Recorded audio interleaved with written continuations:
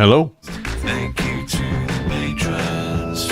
Why put your name on this list? Thank you. Look, I spent ages getting the Patreon song working, so you're just gonna have to live with it for 10 seconds of your life. We got some robots, may you be spared.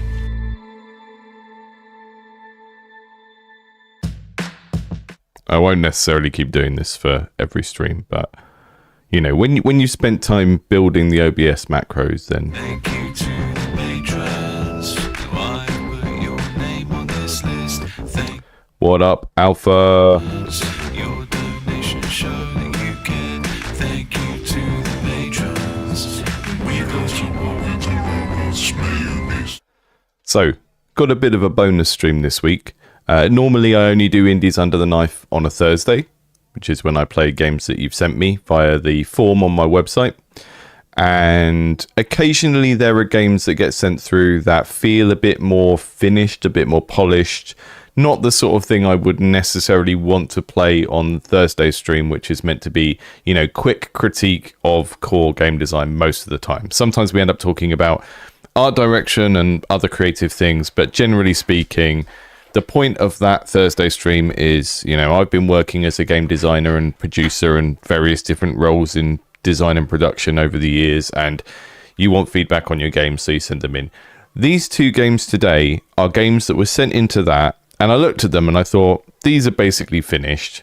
They're both games that I like the look of and I want to play. So I'm playing them today really just to play them and check them out. So maybe I'll find something wrong with them. But that's not really the purpose of this stream. It's much more, I had two games come in, like the look of them, want to play them both. They are similar in some ways from what I've seen so far. But yeah, we've got Repel the Rifts, which is on itch.io. Very naughty developer sent me a game that is out. Right? And one of the things with Indies Under the Knife is your game has to not be out yet. It has to be a game that you're still working on. Because the whole point of Indies Under the Knife is to get feedback on something that you're still working on so you can make it better. But this is a game that was actually released, so I've been sent a free key for this one, and I'm going to check it out because it does look like my bag and I want to play it. And because I'm a content creator now, I'm actually banned from playing any games offline. I'm only allowed to play games on here when it has a chance of generating AdSense revenue, which is not all the time, because often you guys send me games that have uncleared music in. And then YouTube slaps me on the hand and says, naughty, naughty, you put this music in your stream and you weren't allowed to. And I say, sorry, Google AdSense, I didn't know, because a naughty game developer lied to me and said that they'd made everything in their game. And actually, they'd stolen it. So we've got Repel the Rifts. We've got Mighty Miners, which is a survival, it looks like it's going to be a bullet heaven survivors type game. I really like the art style of this. It looks quite promising. I have strong feelings about how to do a good bullet heaven and how to do a good survivors game. So I'm always interested to see a promising one of these and see if it kind of works for me. So we're going to check these out, and we're going to check out Mighty Miners first. And yeah, Into the Breach. Yeah, Repel the Rifts does look like Into the Breach quite a bit. Even like the way the interface is designed and stuff looks a lot like Into the Breach. But it's a tower defense game. So same sort of vibe overall, right? It's the same style of pixel art. And like the color palette is the same as Into the Breach and everything. But it is a more traditional tower defense game, which I think is a good combination of elements, because I really, really liked Into the Breach, but it sort of went into an area of being like brain-meltingly hard too soon for me. And, you know, I like their previous, I like FTL, same studio. I like similar games to that.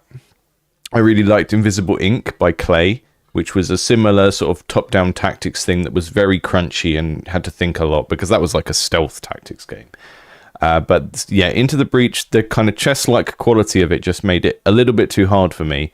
And maybe that was made worse by the fact I was trying to play it on the Switch with my tiny old man's eyes, which you know, is not a good way to play anything really when you've got tiny old man's eyes like a prawn. Hi Alpha, hi Novice, nice to see you. Also welcome to the channel, Cadenza. just became a supporter and Discord member. Thank you for joining. Let's check out Mighty Miners.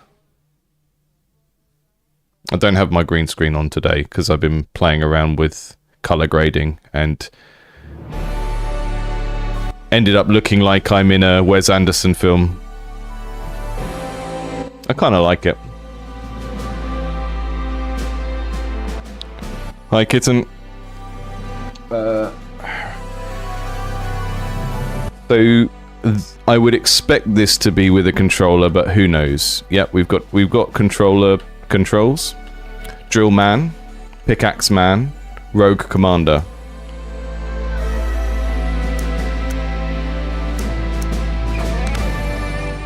Not loads to unlock unless it's hidden, but we'll see. Okay. I've not got enough Mightium. Straight out the bat. It's just telling me I don't have enough Mightium. What does that mean? I don't know. Just shrink myself down a bit. There we go.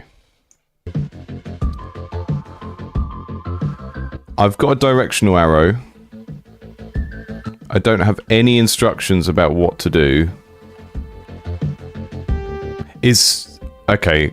Is this going to be one of those games where I think it's controller enabled because the controller does something, but then I find out actually the controller is partially implemented? Because that is one of my absolute biggest bugbears. Let's see. I'm going to use WASD. Yes. Okay. So this happens all the time. The reason this happens is because people use like a Unity prefab or something that's like a character controller that has partial controller implementation in. They don't necessarily even realize it's in the game, and they start mapping things onto mouse and keyboard, and then don't realize that if someone picks up a controller and tries to play their game with it, then the game will sort of work and move a character around, but it won't do the other stuff. So oh well. I will play it with the keyboard if I must. I've got a drill. Do I drill the... Okay, that's very satisfying. Yeah, don't worry, Jock. It's just working fine with the keyboard. But just watch out for those things, because when you have a partially implemented control scheme, people will pick it up, try to use it, and then go, oh no. The game only has directional movement and nothing else. Okay, I'm going to pick one of these. This is what I've got. I can skip to gain battery, which I don't want to do right now. And I'll go for dart. Having two things, I usually like to just get all of the things first so I can see what they do. That's what I would normally do when I play a new one of these. So we don't have damage as far as I can see, but we can run out of battery.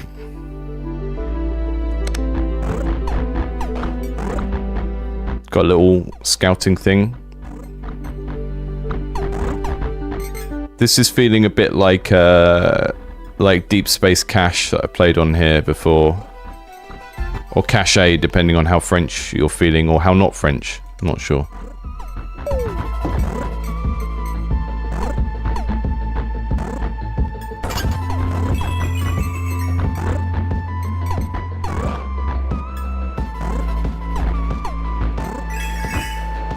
I feel very slow, but I'm guessing that will be something I will upgrade at some point, so maybe we need to be slow at the start.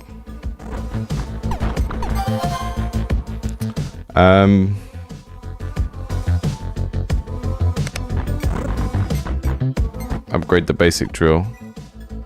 You can see these like little bits of... Sorry folks, I was zoomed in for ages. Well done. I recently swapped my screens around, and then my monitor screen isn't on the normal side I would be looking at it with.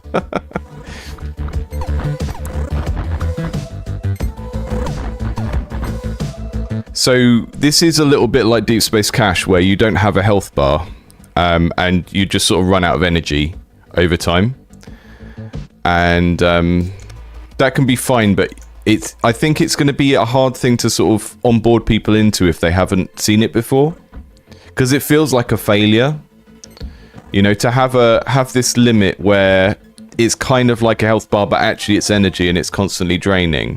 You can skip a level to to power it back up. I think that's what this is. It's not the same icon. It's not the same icon as that, so that's going to be a bit confusing for people as well.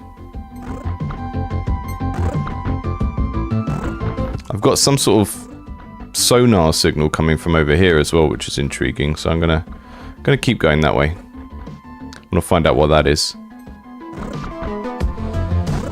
It's doing a good job so far of just naturally intriguing me about things and wanting to find them out, I think.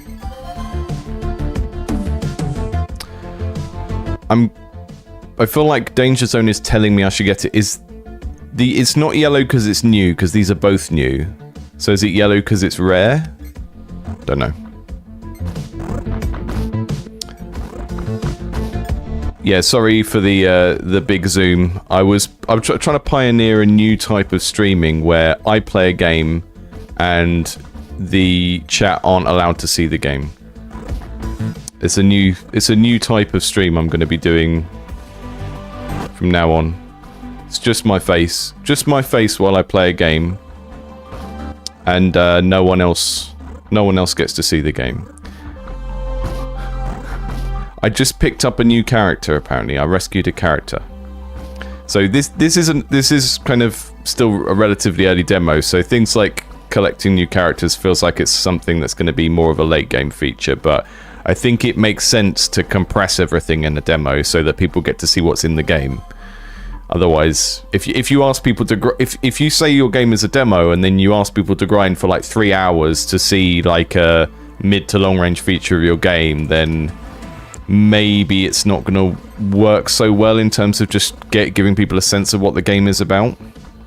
So when you're releasing a demo, whether it's a kind of prototype to get playtesters and get feedback, or you know you're in full production and you're working on your full game, I think that kind of idea of not just giving people the first level of a game as the demo, but creating a compressed experience of the whole thing. You know, so if you have a 50 level game, don't give people levels 1 to 5, give them like level 1, 10, 20, 30, something like that. If you're able to do that, if you're in a position to do that, that might often be a better way to show people what the game is and get the right audience. Because the audience for your game, and like whether you're looking for playtesters to make the game better or looking for like wish lists or whatever, the audience for your game, okay, they should enjoy the beginning of your game, but your game doesn't really come, whatever your game is, it's not going to come into its own until it's a bit deeper in. Especially games of progression like this that are all about grinding and unlocking stuff. So if that character unlock I just got is meant to be later on in the game, it does make sense to have it a bit earlier here. I didn't actually try the second character, but I'm going to die soon anyway, so I can change character pretty rapidly.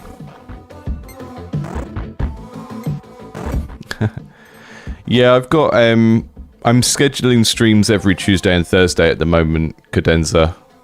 I know they're not a great time for everyone, because I know like I'm in the morning in the UK now, and I mean that means it's like anyone who's in the States, it's not a good time, but it's basically the only time I can do, really. If I do UK evenings, then it doesn't work for like bedtimes when the kids are here. So the only way I could do evening streams would be if I was doing like 10 to midnight or something like that. Which is something I might do at some point in the future, because 10 to midnight works quite well for a UK and an American audience. But I would have to be at the point where this was like my full-time job to be considering that, you know?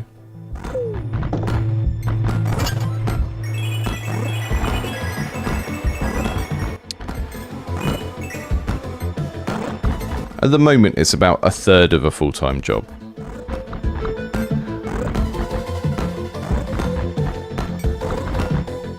Definitely getting into a nice flow state with this already.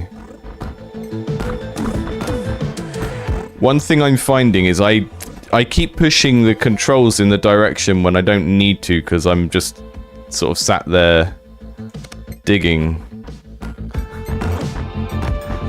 So like, I'll walk into a wall and like I'll keep pressing W to go up even though I don't really need to because my character is just gonna hang out there for a second while they dig.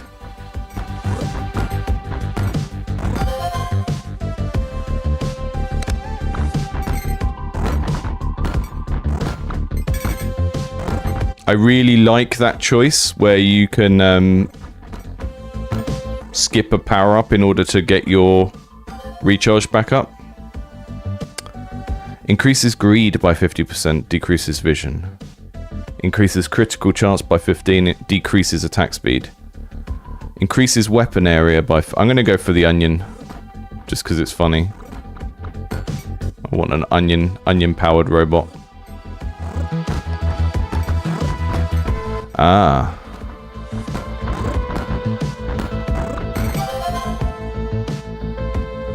You could go back to the beginning to recharge. Yeah, that makes sense. Let me try that. So this time I'm not gonna... Oh, no, I will go for the health boost because that puts your maximum up. Is this going to unlock a new thing for recharging? Am I supposed to beat it up? Ah, it's a battery pack.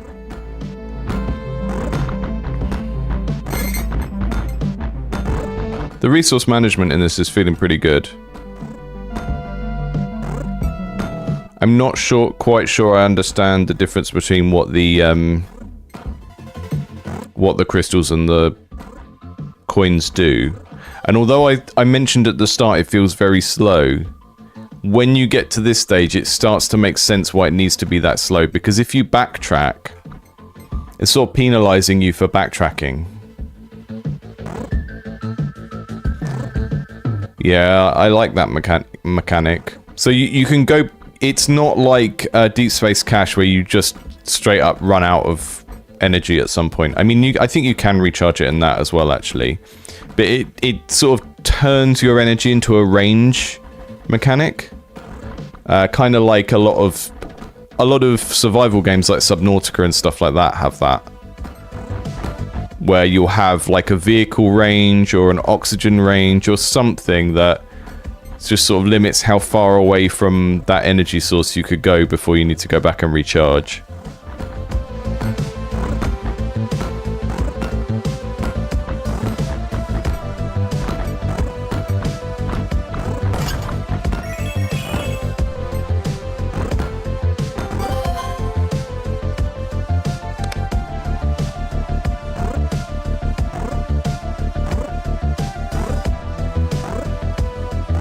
Is this like unbreakable?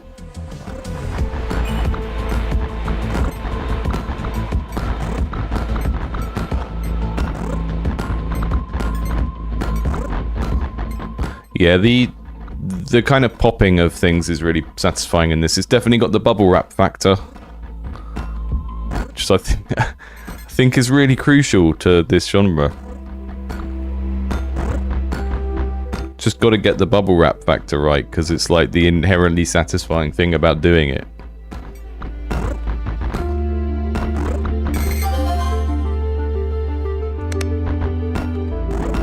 Right, I need to...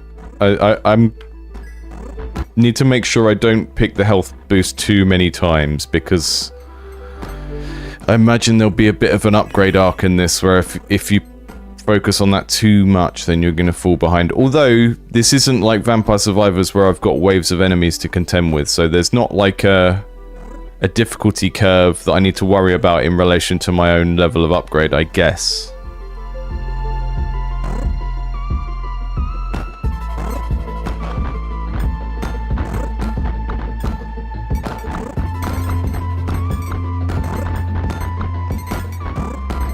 I just hope I don't meet a Herobrine down here.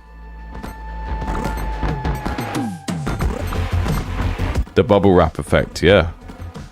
I mean, I think every genre has a few things like that, where it's like it's the toy factor of that genre, right? Where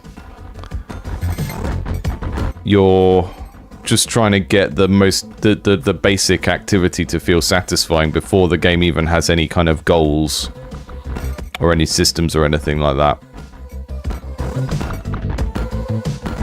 And you'd be surprised how many people kind of spend a very long time on a game without focusing enough on that aspect I mean, maybe you wouldn't be surprised if you watch this channel because it's something that comes up all the time. Just like, make some pleasurable interactions, man.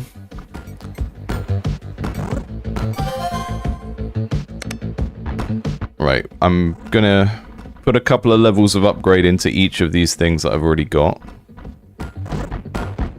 Just so we can speed through a bit more.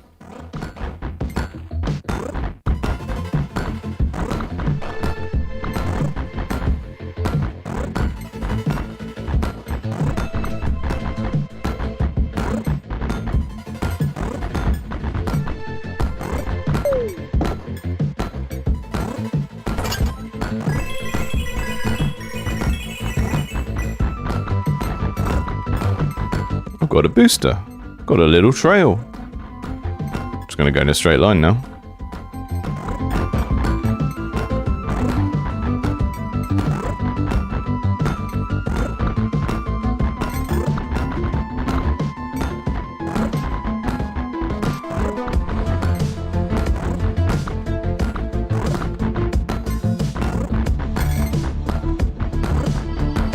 There's a very smart Skinner box type quality to having a mix of treasure you can see and treasure you can't, because you'll notice there's like there's clusters of crystals that you can actually see, because there's so many in the vein of rock that you can actually see them from outside, right?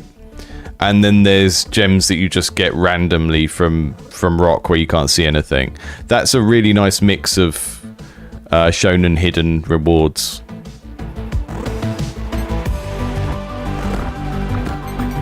The random ones feel nice to get. Is it random or is it one per block? Is it always one per block? Yeah, it is one per block. So they're not random, but they're kind of... you don't see them, so you can kind of aim for the bigger ones a little bit. But you don't really get penalized for just digging random soil, because there's always going to be something.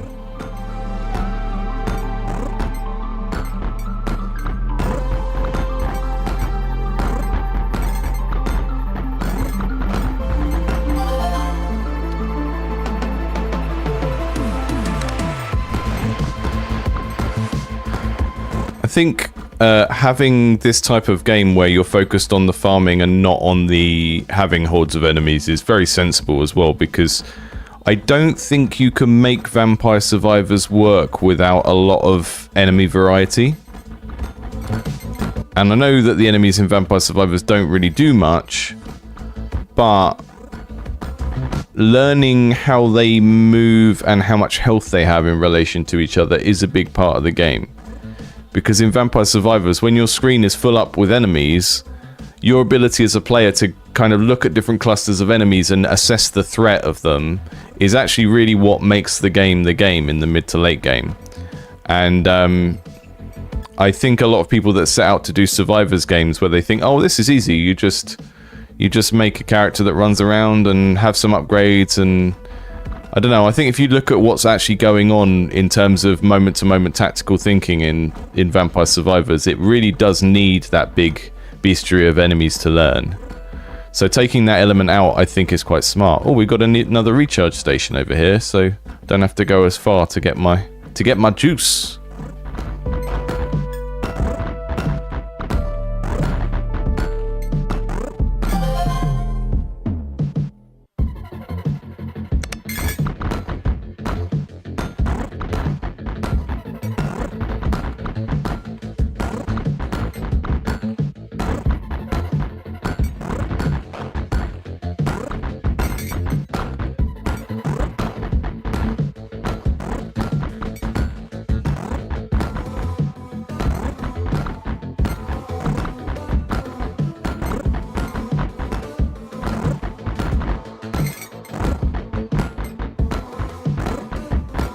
I don't know if we're going to get this, but eventually getting to an area with like a slightly different colored bricks or something that feels like a different biome, I think would be quite strong here.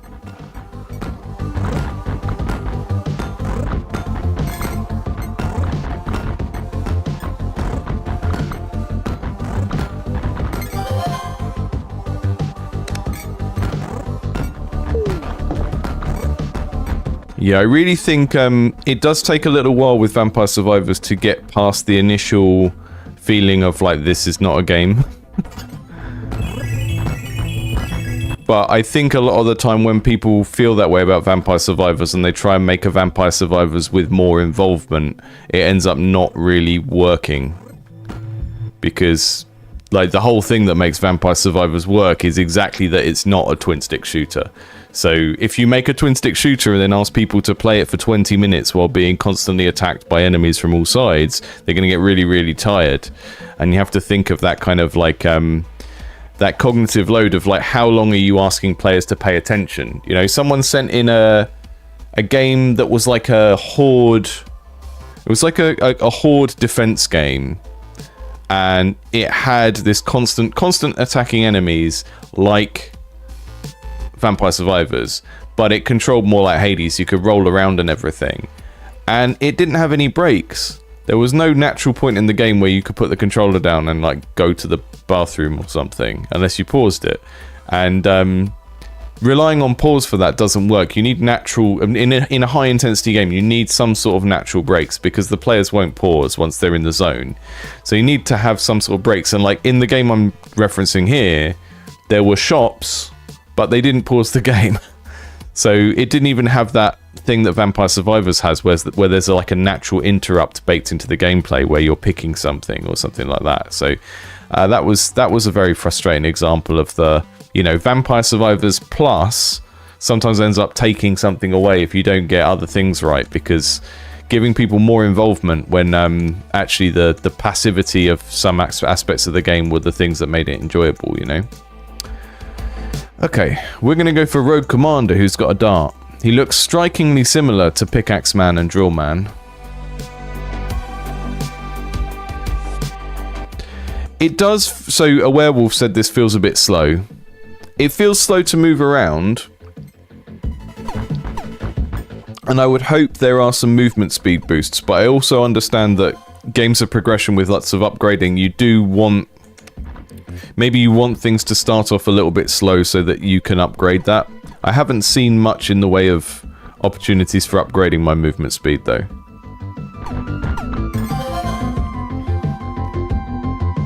Ah, there we go. Speak of the devil. Movement speed, 20%.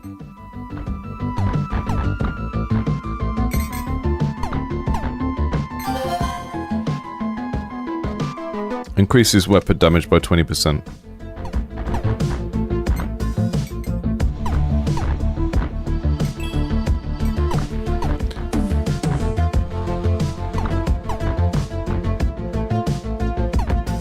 Okay, I'll check those menus out after this run, Jockish.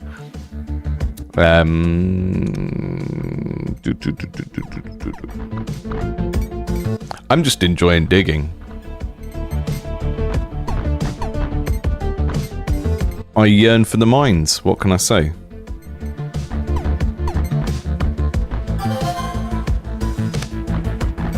Okay. Let me end run then. I'm going to end run deliberately because it's being inferred or implied that there might be...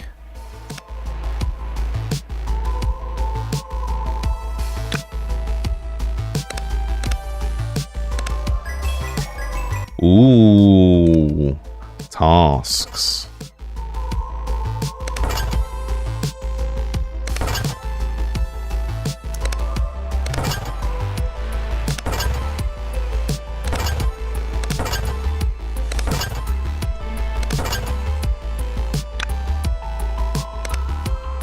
Got menus.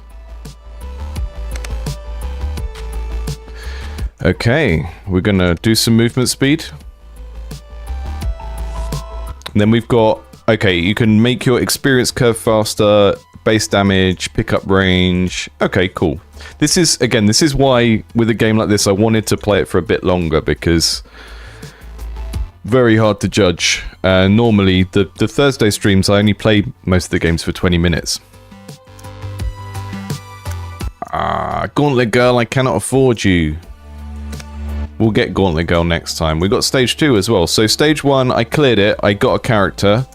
Stage 2, we've got some hidden objectives. So yeah, you've got all of the cool metagame progression stuff that should be in the Survivors like is here, which I'm very happy to see, because again, that is an element of those games that I've had a lot of Bullet Heavens, a lot of Survivors like sent to me, and they're just the core gameplay, and it seems, you know, often it feels like it's coming from someone that isn't really a fan of that genre and doesn't understand all the cool stuff that makes them cool. And this big library of like partially hidden unlockables is part of what makes them cool. And some of the stuff you can see, you know what's coming, you can grind for it, you can save up because you know what thing you want to get, and some of it is a surprise, and that mix of things is part of the secret sauce. Not enough Mitium.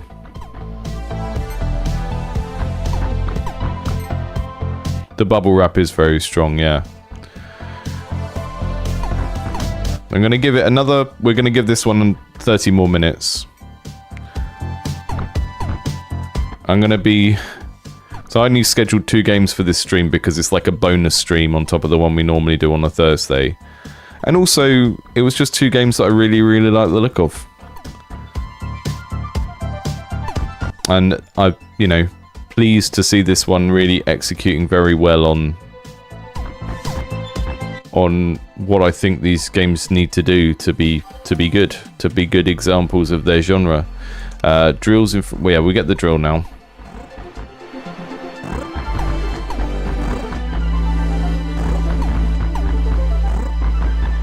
Yeah, Cadenza in the chat was saying about making some of those unlock buttons a bit more obvious. I think, you know, any situation like this where someone is playtesting your game and they miss something that you really, really need them to not miss, then you need to think about how to make that sparklier or something. You don't want to give loads of instruction in this because the joy of the, you know, secret surprise unlock is a big part of the game, but you do want to make sure that when people come back to that menu and there's an unlockable thing, it's got like some sparkle on it or something.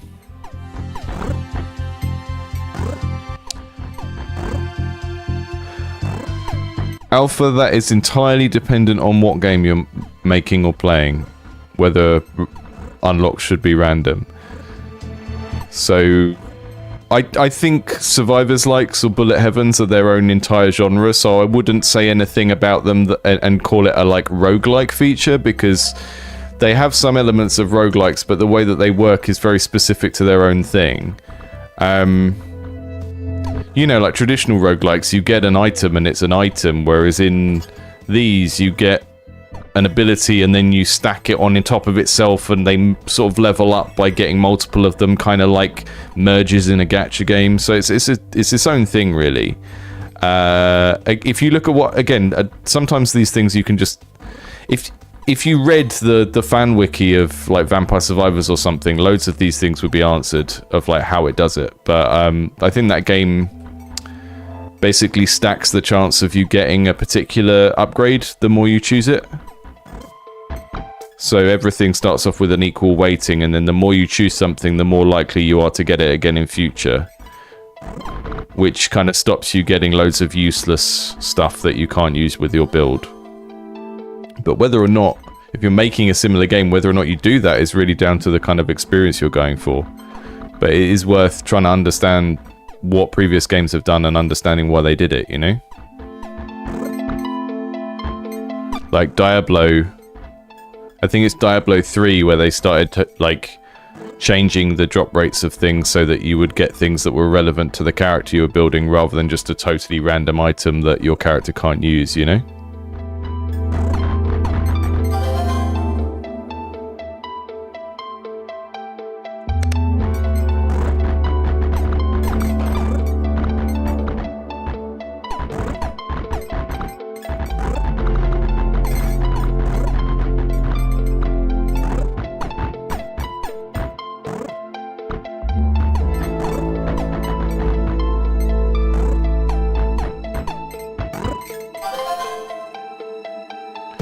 What are these?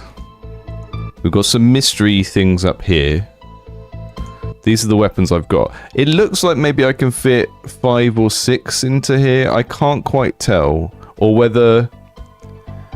Oh no, because, yeah, there's 3 Okay, there's 3 slots for weapons, and I've filled them all up.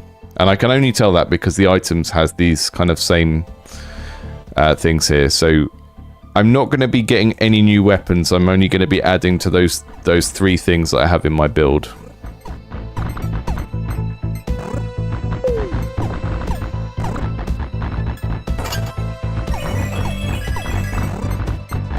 And now the coins, we know the coins are like the game progression currency thing for unlocking stuff in the menus.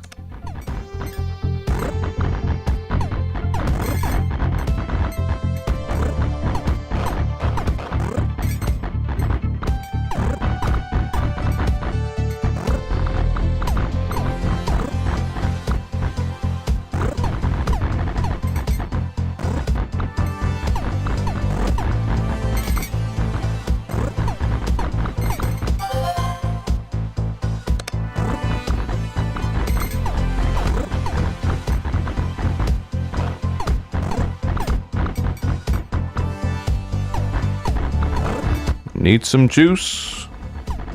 Need some juice. Gotta get the juice.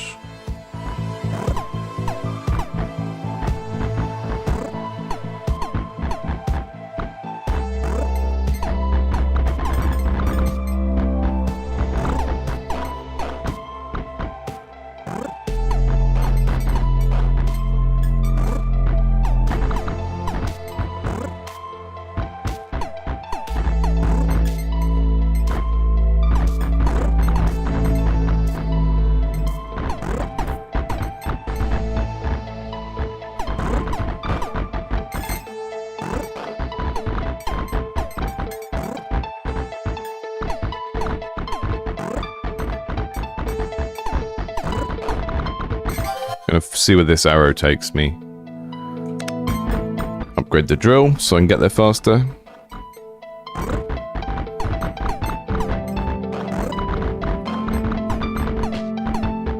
Oh look, starting to get some different blocks.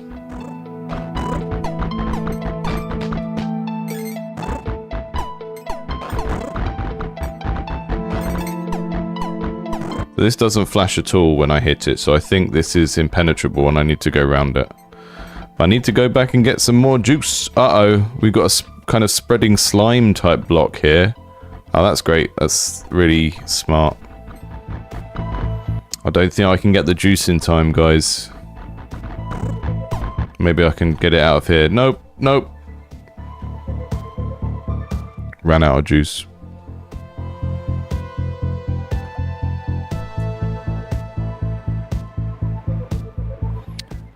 Oh yeah, I mean if we go to upgrades now, I don't have an attack speed I can level up. I think, I want to get the new character so that we've seen a bit more of the game. So we'll get Gauntlet Girl. She's got a gauntlet. What does that do? She levels up quicker. Okay, and then we'll go to passive upgrades and see what can we get for 20. Let's do the pickup range because automatically getting the sparklies is always satisfying. I hate it when the clinic runs out of juice. Ah, look at her go. She's got a very nice sort of thematic explanation for why the character doesn't have a walk cycle. She kind of hovering. So each character, instead of having access to the entire set of abilities, it seems like each character has a set of things to upgrade from. Which is kind of smart, because it means that they end up having their own feel. So I've currently got a grenade and a sort of psionic fist type thing. Hologram fist. Which is actually the name of my synthwave band. Hey, are you going to the Hologram Fist concert this weekend. Yeah, Hologram Fist. I think they're from the UK. I think they're from London or something. Yeah, it's sort of like, you know, what if Carpenter Brute, but was... What if you cross Carpenter Brute with the music from Vampire Survivors? That's what Hologram Fist sounds like. Yeah, they're my favourite new band. I think there's 12 of them. It's quite a big band. No, there's not 12 different instruments. They all play the same keyboard. They just play different notes on the same keyboard.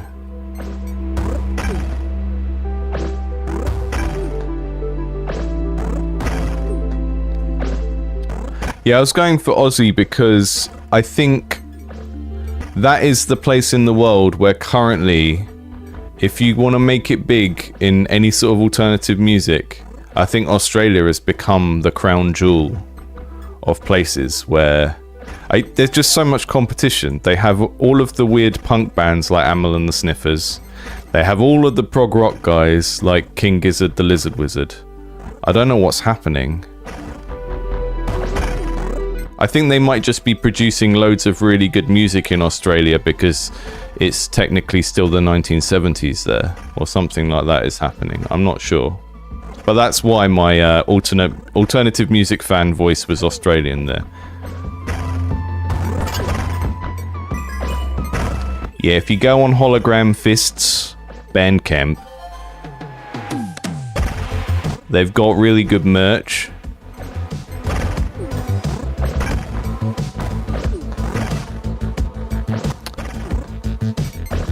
They've got a USB drive you can buy that has all of their social security numbers and stuff on it. They basically dox themselves for money. I don't know, it's some sort of cyberpunk performance art they've been doing.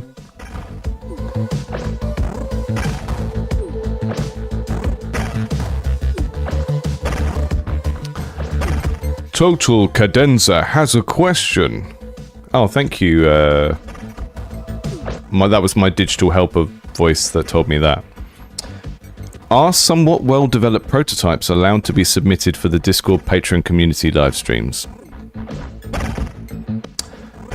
Generally speaking, if you are in the Discord and you are already a member, then the live streams are for anything you're doing, right? They're a perk of membership. And every month I will take a look at them and, you know, I will work out which ones to cover first based on a bunch of factors, like if we've seen it before and all of that kind of stuff. But generally speaking, if you're a member, then any games you want to see on a stream, you should submit there. Because Indies Under the Knife is for the outsiders. It's for the people who aren't patrons and stuff like that. So you can submit games to Indies Under the Knife if you're a member, but it will go in the queue and I'll get to it when I get to it, you know, which could be three or 4 months later.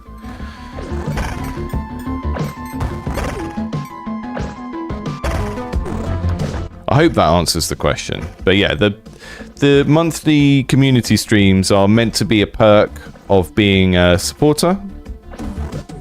And that generally means if you submit a game there, it's going to get shown quicker. It's going to get looked at quicker. Also, if you've used your... So I saw... Cadenza, I saw you joined the channel from YouTube, so thank you for that. If you've used your join link and you've popped in the Discord yet, another thing you can do over there is you can make a project updates channel.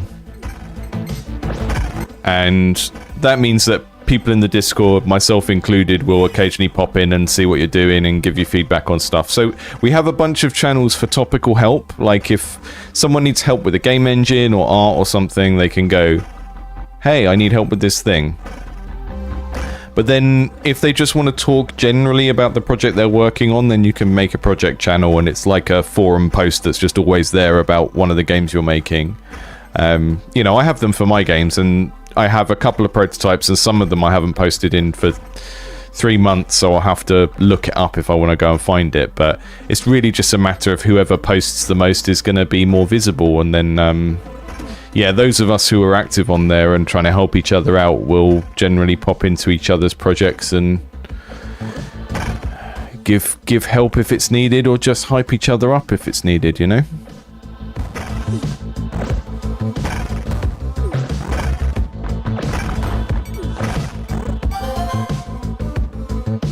Let's get really fast with our little space boots. I'm not seeing the little purple arrow telling me to go and get something here. Maybe it was that. Maybe that's why I couldn't see the purple arrow, because it was the magnet. Yeah, we love an auto-collect magnet. What's better than picking up shinies? When you've been picking up shinies a long time and you get a thing that makes all of the shinies zoom into you from all across the land.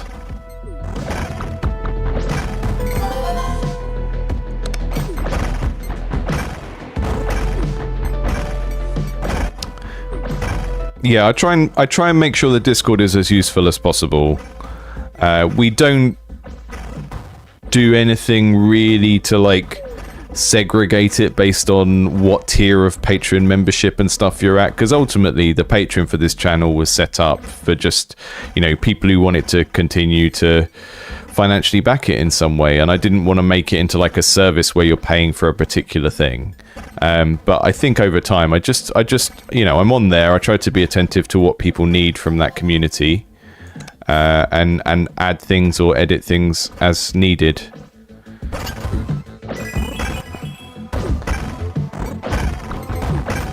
One of the best things you can do in that kind of community as well is just find people that are working on similar games to you, because it can be a really good way to buddy up with someone. If you know that someone is working on a similar sort of game to you and has some of the same problems, you know, they might even be working in a totally different game engine, but that doesn't matter, because you can talk to, you know, you might have, if you're making a, I don't know, you're making a tactical game in Godot, you're going to have your group of people who are other Godot heads who can help you out with how to do stuff in your engine. But then in terms of game design, you really need to be talking to someone else that makes tactics games. So with a community like that, it can be really helpful to try and find the people that are working on similar things to you and just like buddy up.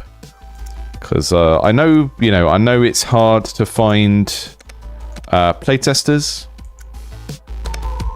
Every time on this channel I tell people to playtest more, they always go, I can't get playtesters.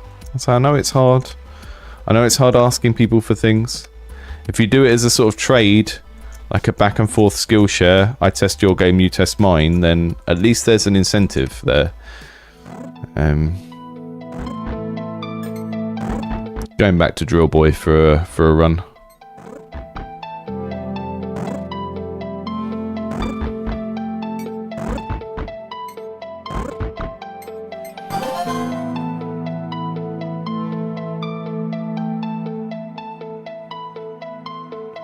Halls of Torment.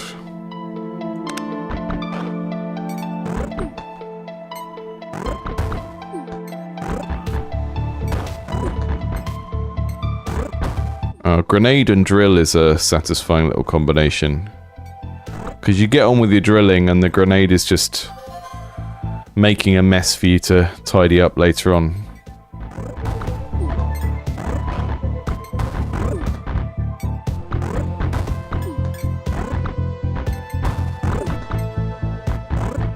Okay, we've got a magnet there, so I'm gonna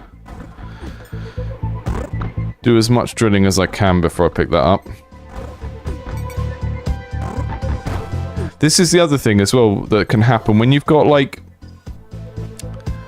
relatively simple mechanics, but lots of them. You can have situations like this where the player sort of defines their own goals, you know? Like right now my goal is to...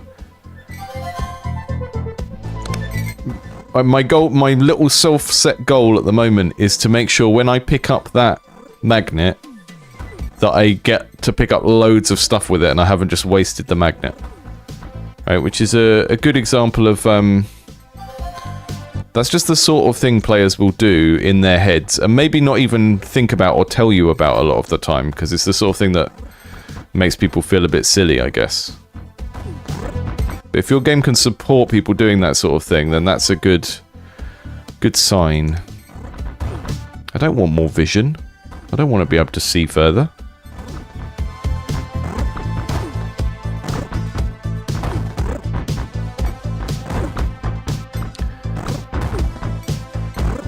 Yeah, people on Fiverr who claim to be playtesters, I think that's a good one to watch out for, because if they're just a general gamer, I think it's very different if it's someone who has like QA or playtesting experience in the industry, because they're going to understand what a game looks like at different stages.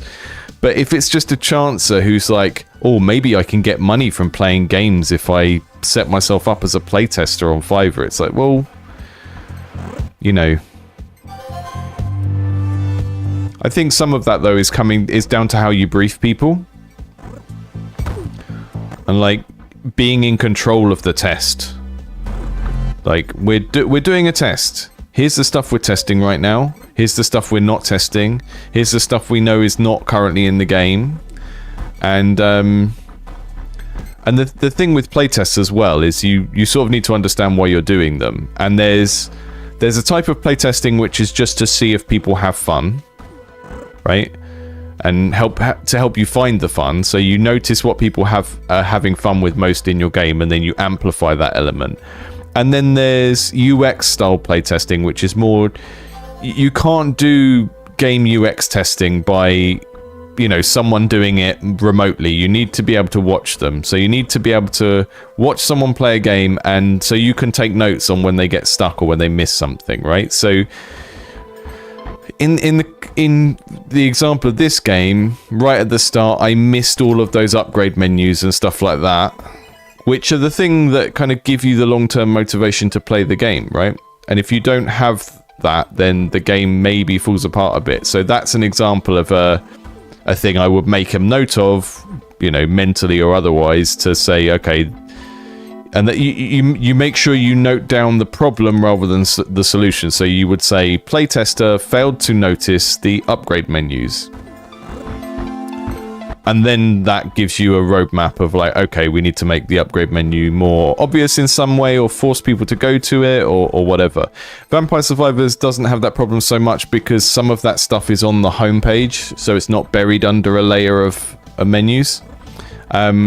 But that's a different type of playtesting, and that kind of UX playtesting, you really do need to be able to watch someone. So again, if people are offering playtesting on Fiverr, you need to give them a very, very strict brief of what you want them to look at and why, because some of them will just be chancers who are just random gamers who thought they could get some money from playing someone's game.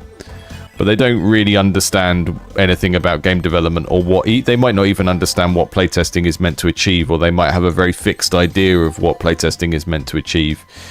You can't trust anyone nowadays, especially not people on Fiverr.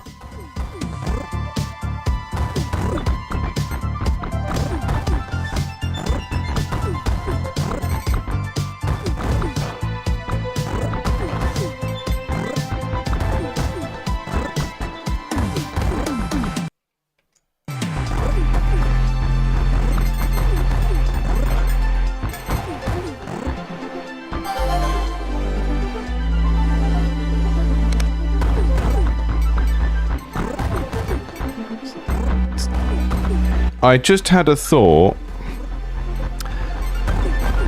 Okay, vision is a more helpful upgrade than I thought it was. I have not been taking vision because I just thought, why would I want to see further? But yeah, actually being able to see where you're going in terms of getting the crystals is quite helpful.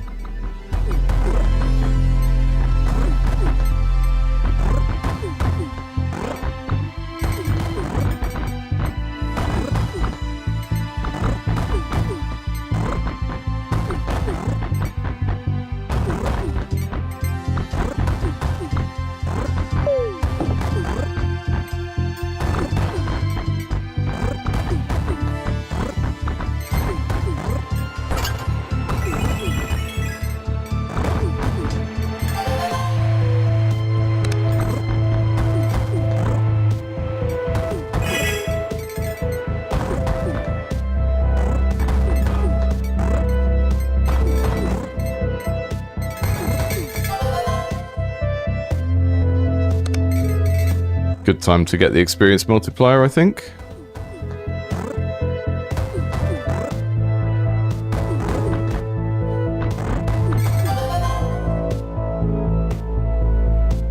Yep.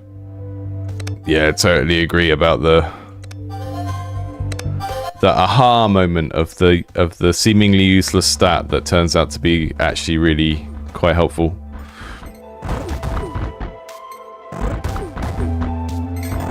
Because what does vision give us? It gives us more context of the world around us in order to make our little decisions about which direction to go in at any given time.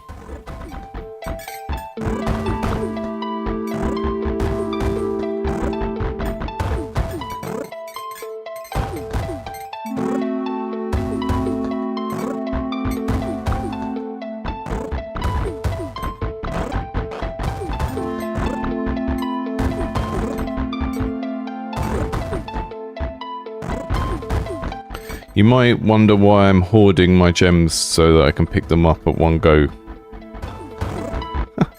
I don't quite know. I think it's just because it's very satisfying. And also it lets me pick lots of levels at once, which helps me balance what I'm picking up, what I'm picking, I think. I think that's just a post-rationalization for something that feels good, though.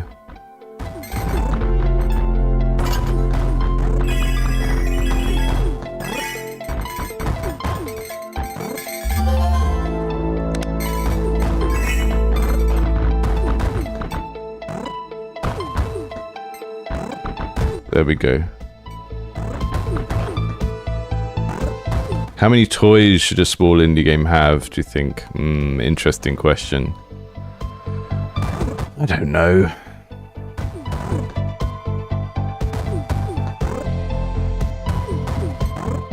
I mean, I would, instead of thinking it in terms of like a quota of how many toys a game should have, maybe think of like what's in your game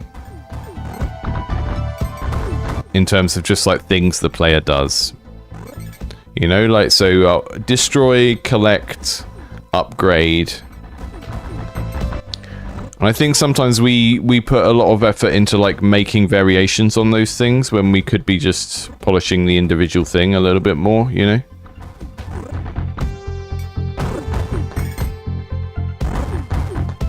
Like if you were to take each of those things, like collecting a thing, upgrading a thing, destroying a thing, and spend like a day on each one, just making it more satisfying in some way, what would that look like? I'm not even saying you necessarily need to do it, but it could be a good exercise to just think through. So by toys, we just really mean like just pleasurable interactions, really. So stuff that feels playful but isn't necessarily the game in sense of like win-lose rules type stuff, you know? If you think the game is the actions you're doing and the goals you're trying to achieve, and then the toys are the like unnecessary playfulness. Well, they are necessary in terms of making the thing fun, but they're not necessary to play the game, right? So when I play chess and I move the horsey, it's not necessary for me to make a horsey noise and go moo, but it does make it more fun.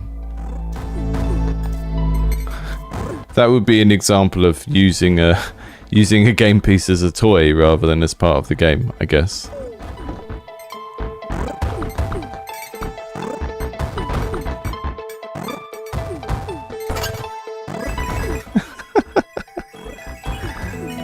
Okay, it's coming up to, well, we're an hour in, so I'm going to check out the tower defense now. Yeah, enjoyed that. Let's end the run. And I'm gonna see what I can get before I quit though, because I'm locked in now. I want the juice. That's Mighty Miners. Let's check out Repel the Rifts. A roguelite tower defense game.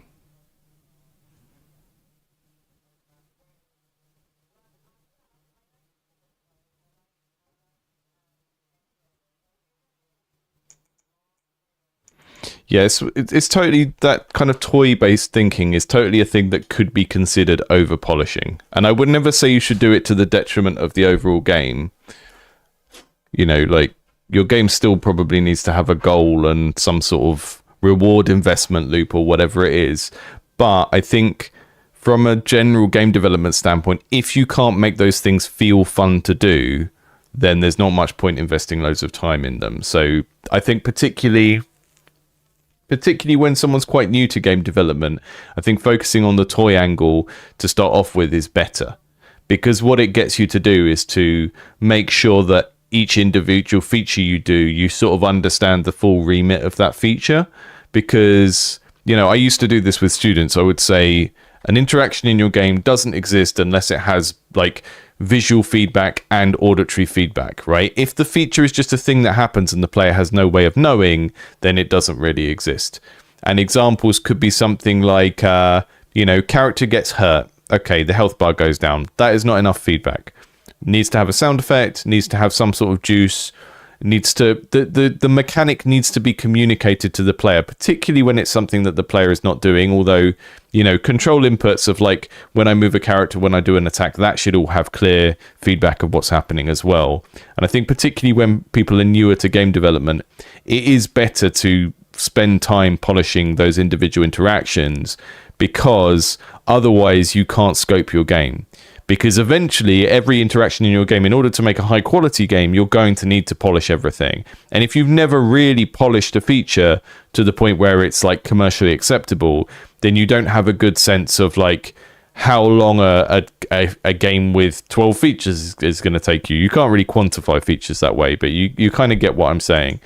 And it also means, yeah, if you've got a brilliant idea for a game, but everything feels a bit rubbish to do, then you're going to have a problem. And so much of the time, you know, I see games that are a bit too far along, a bit too polished overall, and the game just doesn't do enough in the first 5 or 10 minutes to convince me that the game is meant to be fun for me, which sounds bizarre. Sounds like a bizarre thing to say, but again, people just spend too much time rushing straight to making lots of content and stuff like that, rather than making the stuff they've got into a very, very good vertical slice before they go into full production and making all that content. I'll do a breakdown again at some point of like the difference between a prototype and a vertical slice and what stage I think a game should be at before you do other stuff. But generally speaking, you know, a vertical slice is a section of the game where everything is at the level of quality that you would think the final game should be at. So, you know, vertical slice, it might just be one level, but everything in that level is polished to the point where you'd be happy just if that was the end quality of the game. And then you don't make any other levels until you've got that one. That's kind of vertical slice thinking. So you kind of, before that, you do a prototype, you test the things in the game that you're unsure about, you focus on the stuff that's unknown, the stuff that's untested, the things that are like, oh, I haven't seen these mechanics together before. Is that going to work? You test that stuff. And then you aim for a vertical slice after you're sure that this is a game you want to make. You know, in a studio context, you have pre-production and production. And prototyping falls into pre-production, and vertical slice is kind of something you would do as you go into production. You know, it's to set the standard for the rest of the game. You say that this is what the rest of the game looks like. We've made this bit. And if you think of like the demo version that came out of Baldur's Gate 3, that was a vertical slice. It's like a public alpha, I guess. But those are different things. Like public alpha is a term to do with why are other people playing this? And vertical slice is more of a studio term for like, this is why we're making this build of the game, to kind of, you know, create a project milestone where we know that the rest of the game is going to be built like this, you know?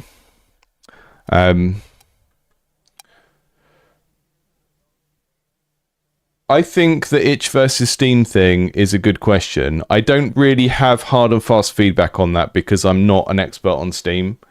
You know, I'm a game designer. I'm not a publisher or a marketing expert. I would say generally, though, you'd be better off trying to put things on both platforms and I was talking to someone yesterday about this who I'm mentoring, and I said, probably putting things on both platforms is a good idea, but I would treat itch as your demo for your demo. So before you put a demo on Steam, test it on itch first for a little while, and then don't put the demo version on Steam until you've done a little run on itch first, because itch will help you find any issues. And the difference between itch and Steam, you've got to remember in terms of the audience, is itch is made up of a much larger proportion of hobbyist game developers who play games but are also on there because of game jams and stuff like that. And that audience is going to give you a very different type of feedback and be more forgiving about your game being broken in certain ways and stuff like that.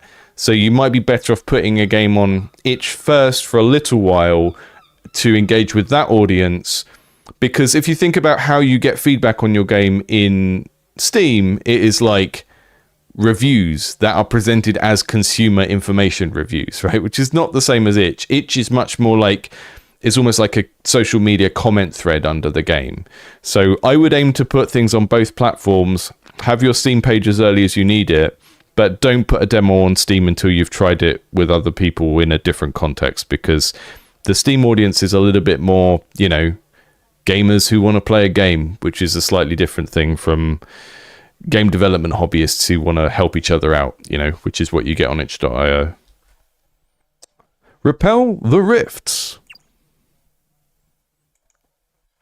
The mechanic. He's just like me, for real. He's got beard and spectacles. Got some starting towers. Got a vanguard. Got a sentinel. Got a cryo.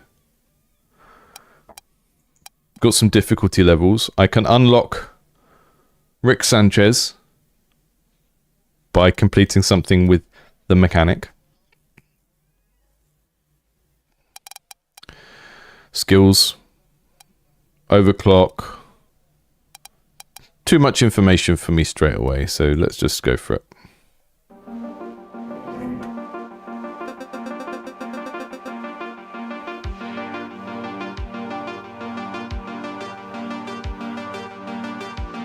Commander, deployment to Sagan 11B, Sector 54A is complete. Systems are active. Initial scans confirm significant corruption within this sector. I'm going to do a survey.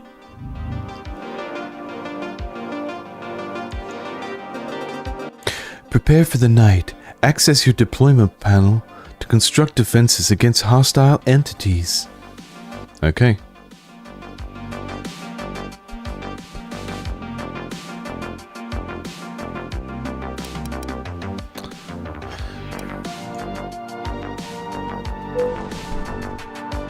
Oh, interesting. So we've got hype mechanics.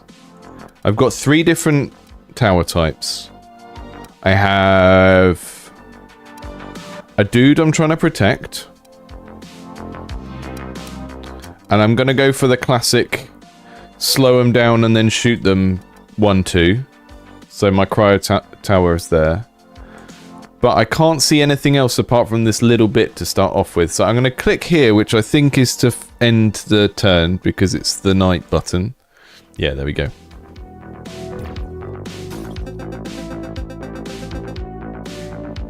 Commander, when necessary, activate your abilities from the skill panel to aid your defenses. I mean, this dude almost feels like a space dwarf. You know? It feels like a bit of a kind of crossover thing.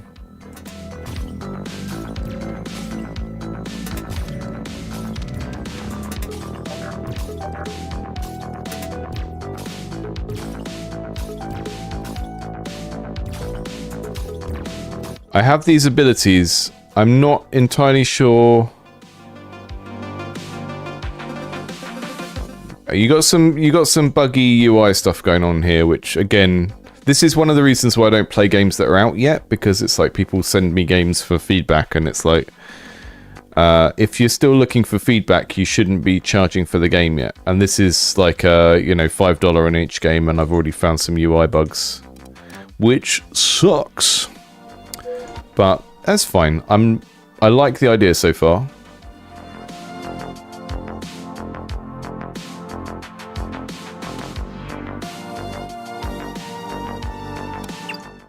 I think that's all I can do this night.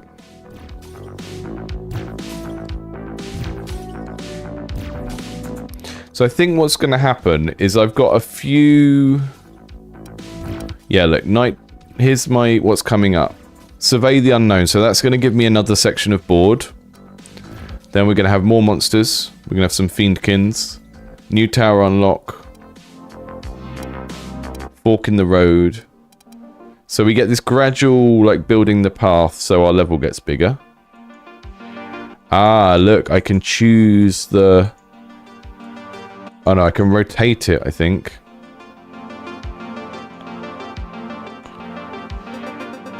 Now this is prime real estate on this bit. So what I'm gonna do, I'm gonna put a cryo there. And this one that's up high is already getting a bonus, so I'm going to level that one up. Because that's the one that I'm more likely to keep. You can see it's gone a slightly more sort of... slightly more aubergine kind of colour. Because it's been leveled up.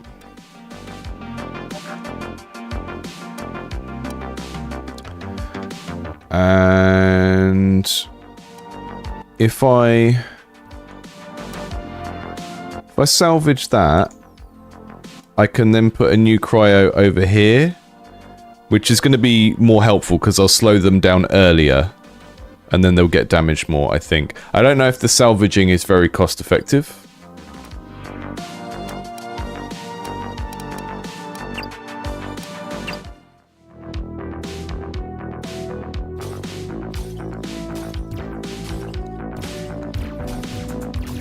Oh, this music sounds a bit like Hologram Fist. Have you ever heard of Hologram Fist? Yeah, they're my favorite band. Oh, he's getting got. His health's going down. He's having to use his little wacky hammer.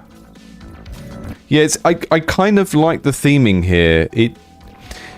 The art style is very, very similar to Into the Breach, but we've got this kind of almost Warhammer 40k adjacent type theming where we've got an engineer with a massive hammer and then we've got these demon type looking space demons. I quite like that. I quite like that set of things. Commander, HQ has authorized a new tower for your deployment.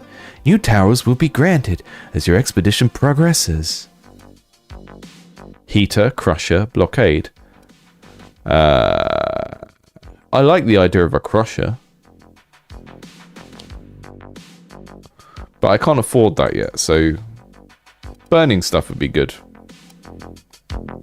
A tower that burns all in front of it with searing flames. Now they come down here and they have to go around this corner. So if I put the heater there, it's going to go that way, I think. Oh no, it's just 4 directions. Poo-poo. I'll put it there. Then I'm going to get rid of one of these. And I'm going to put a new one up on this tower where it's got lots of lovely range. And maybe we'll get rid of that one. We'll make a little fiery death corridor here. Because this one's going to be alternating between firing forward and firing sideways. And this one can kind of finish them off, I think. Welcome back to Overthinking a Tower Defense Game. That's actually one of my favourite hobbies. That's why I like tower defense games. You get to overthink. You get to watch stuff fight, and you don't have to be involved. And then there's an overthinking stage.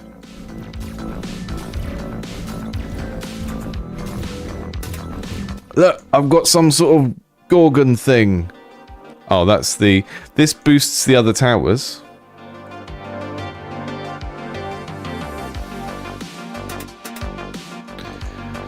I think I've broken it. Yeah, so there's a pretty critical bug here that I don't know if you can see, but basically I'm in the day section where you're supposed to be building.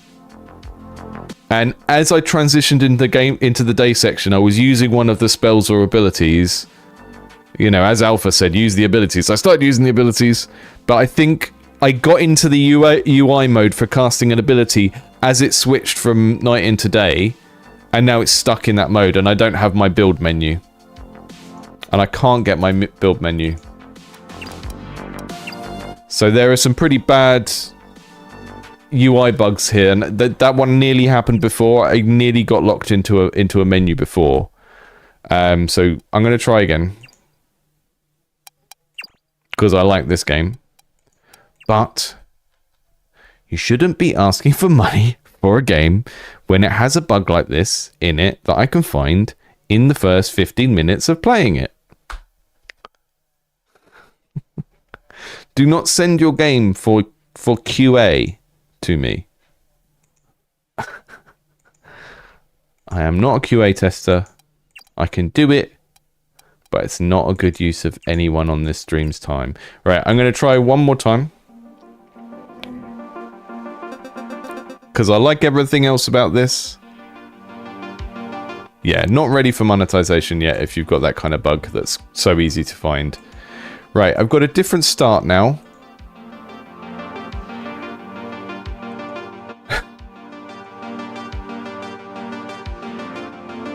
They're going to come around the corner, which I think is a nicer way of having this all start off.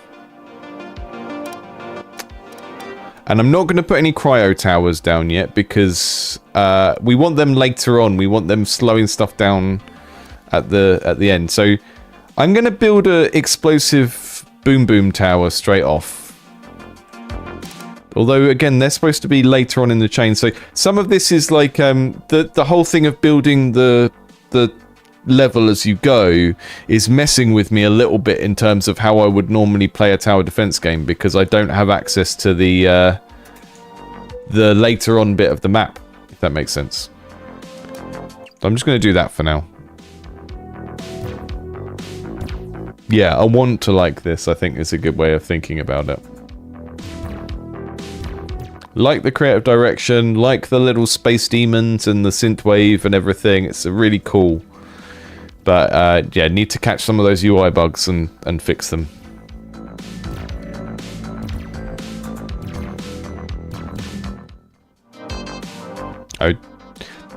Also, I can't... another issue here from... This isn't a bug, this is a UX issue, but I can't access my character's nighttime abilities during the daytime.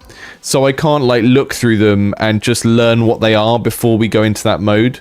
So I have to read them from the tooltips while we're being attacked. Maybe there's a way of pausing that and reading it without sort of panicking, but it's not a very great experience having those things sort of in a timed scenario like that.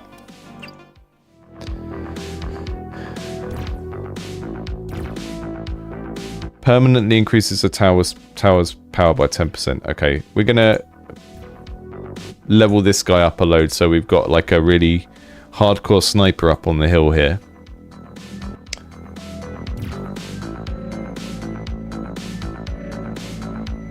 Oh, they can't be cast twice on the same tower.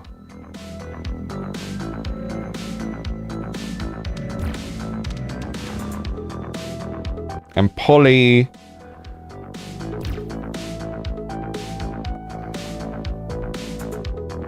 You put it next to other towers and they boost each other. Overclock just makes all of the towers within the 5x5 square fire faster. How you use the abilities, it's like you use the number keys and then click, and that's fine. That makes a lot of sense to me. But so I think we're going to double back because that can make this position in the middle really powerful. Because they have to pass by that quite a lot.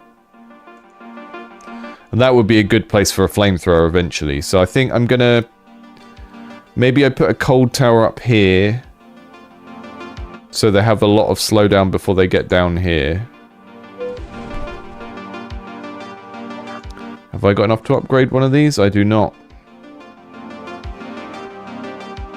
I'm gonna try and save some resources and see if that works. So I will do an overclock on my normal shooty towers. Hopefully that's enough to get us through. Uh-oh. Uh-oh. It's not enough.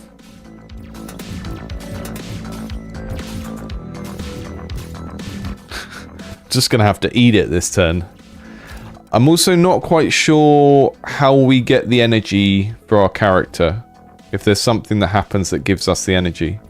It would be nice, quite nice to have it as like a little kind of booby prize for getting attacked. Is like maybe if he last hits an enemy, he gets some energy back or something. Like a little inspiration mechanic. I'm gonna die. I'm gonna die.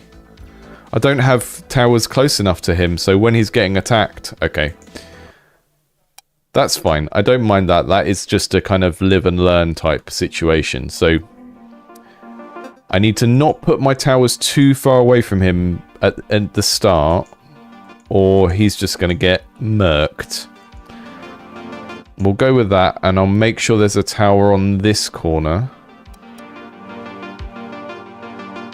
I am going to let myself have a boom boom tower straight off the bat this time, because we haven't seen it yet, and I yearn for the boom boom. Much like the Venga boys, I want to go boom boom.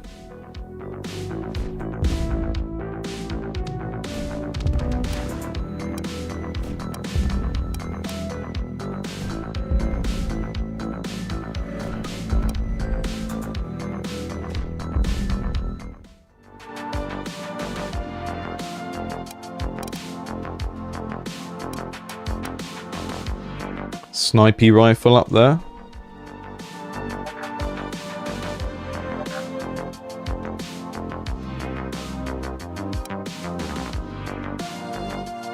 Is there a keyboard shortcut for night?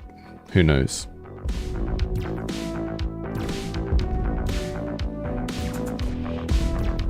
Yeah, I was saying earlier that I struggled with Into the Breach, and maybe that was made worse by trying to play it on the Switch. I think this might be the perfect Switch game. All of those sort of hardcore SNES aesthetics, slightly simpler to get your head around.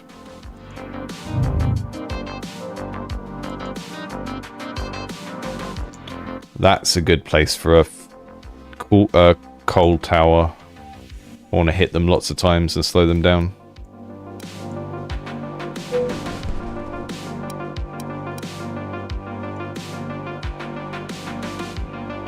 I'll put another one of these back here just so I've got some backup in case I end up in the same situation I was in before.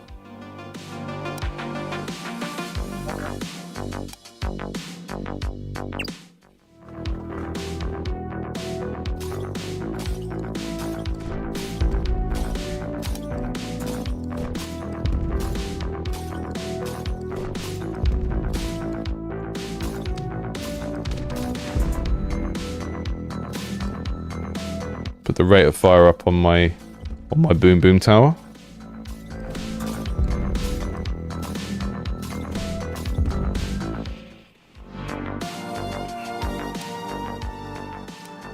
Tremor, Crusher, Refinery. Refinery grants bonus ore at the end of each day. I think I'm going to go for that because you want to get those sorts of things in early, don't you?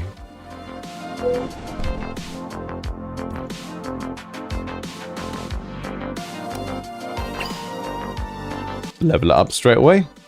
Put 2 of them down. Probably mess myself up now, but let's see. Let's see what happens. I like the little slight color tweaks when you level stuff up. It's not very legible, but I think also that information isn't super important, so just having a slight recolor when you level something up is probably enough for this.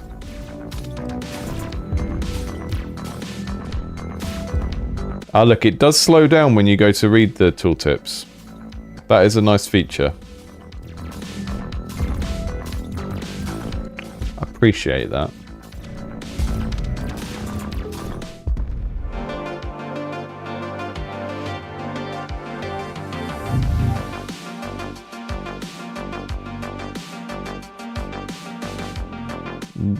Anomaly bonus, instantly level up a tower.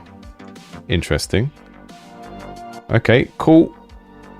So anything I build on these purple things is going to get a free extra level. Yeah, the pathing here is a bit goofy, isn't it? So maybe that feels a bit off if they go there and walk around.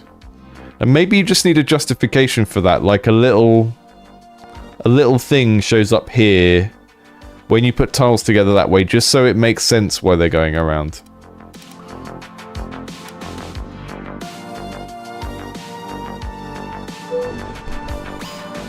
A boom boom. I'm going to level up my ice tower as well. There we go. My cryo tower's gone a lovely turquoise colour. It's going all sort of going through the spectrum of ice cream colours.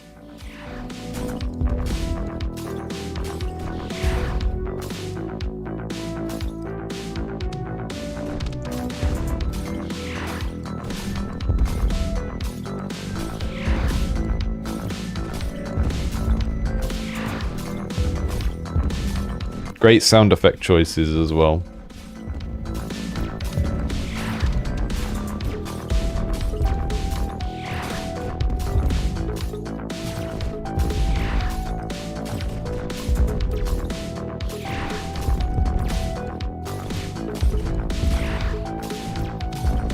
Every tower has a very distinct sound.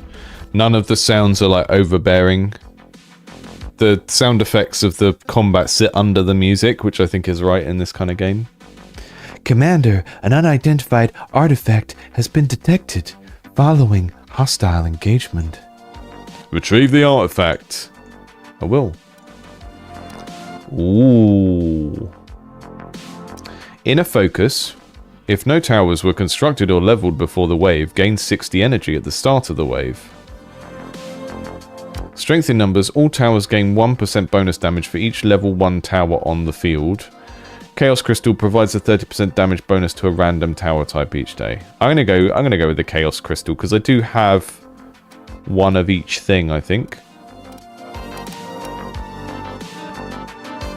Key Vanguard name. Is that a debug text that I can see?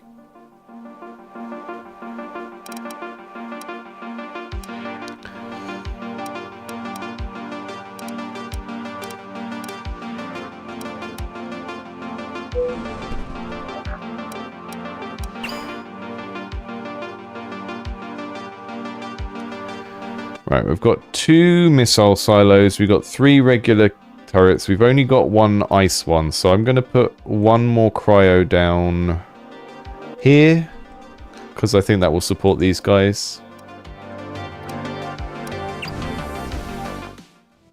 I am interested to see what this feels like when this is about 2 or 3 times longer.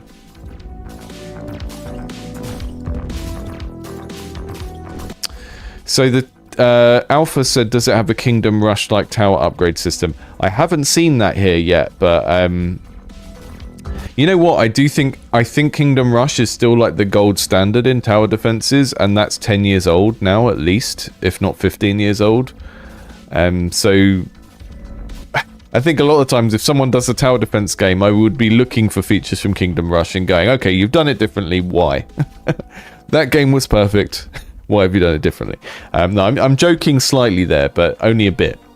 Yeah, so Kingdom Rush is like, you build a tower, and then when you level it up, it sort of branches into one of another type of towers. It's kind of what they used to do with classes in a lot of JRPGs. You've got a rogue, and then they become a ninja, or they become a swashbuckler, and they can't go back from there.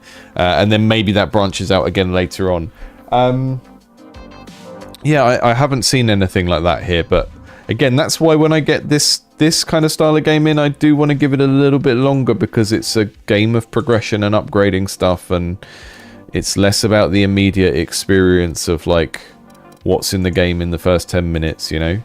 Right, that's going to get an immediate upgrade. I think what I'm going to do is I'm going to reserve this purple one for when I get a new type of tower, so that when I get a new tower, I can kind of put it down and immediately get a more powerful variant. So I'm going to put let's put another set of a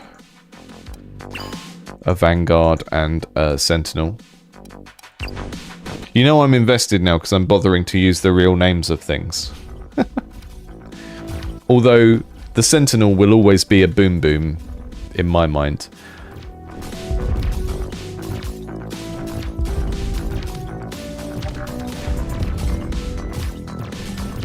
Ah, look, you can also change their targeting AI as well. That's good.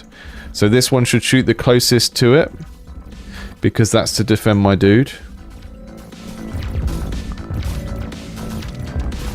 That's really... I really like that feature that makes I have an internal nerdy micromanager that loves stuff like that. I love games that have autonomous characters in where you're not controlling them.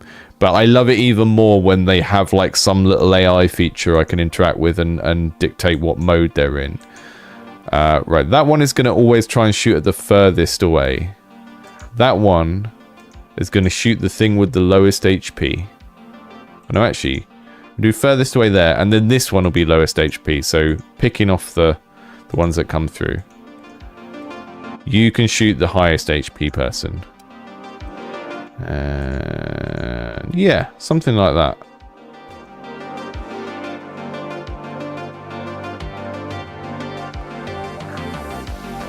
That's a fun feature for a certain type of person with a certain type of autism, like I have.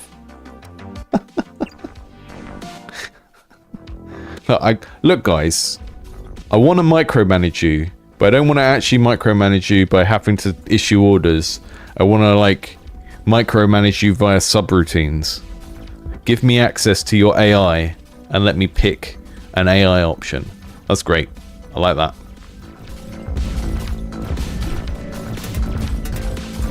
Uh-oh. They're getting me. Oh! What were those guys? What were they? That was a very, very sudden ramp in the difficulty there, and I'm not sure how I could have done anything about that. See, look, we've got placeholder art here, stuff I shouldn't see.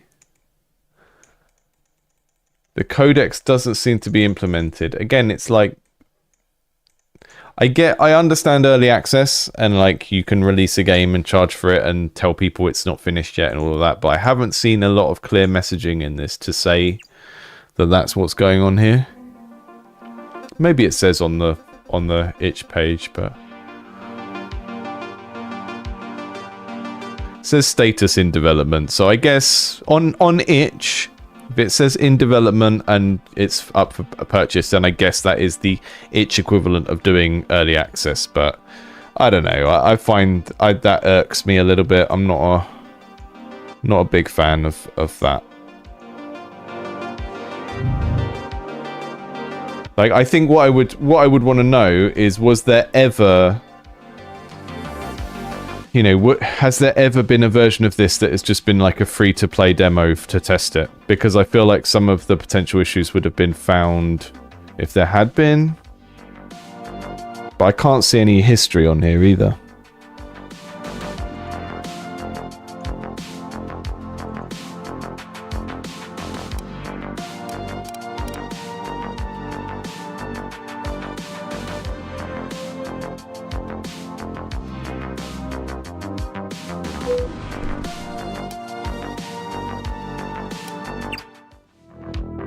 Does spending all your money on a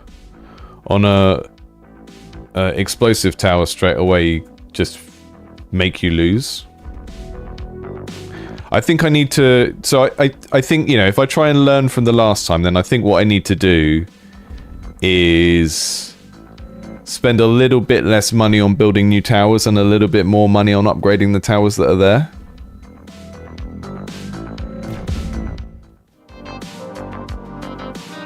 Alpha, I think you're right. I think the wording is too close to Into the Breach when you've got a game that is so visually close to it. You need to, like, you know, you can mash things up you like, but if there are two elements that are too close, then it feels too much like a copy.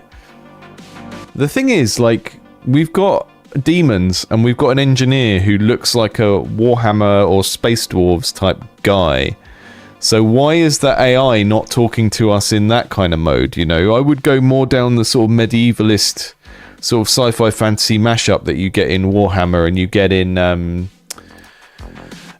Doom as well, stuff like that, of like, you know, talking as if you're talking to a medieval knight or something like that. I think would be a more interesting narrative direction for this.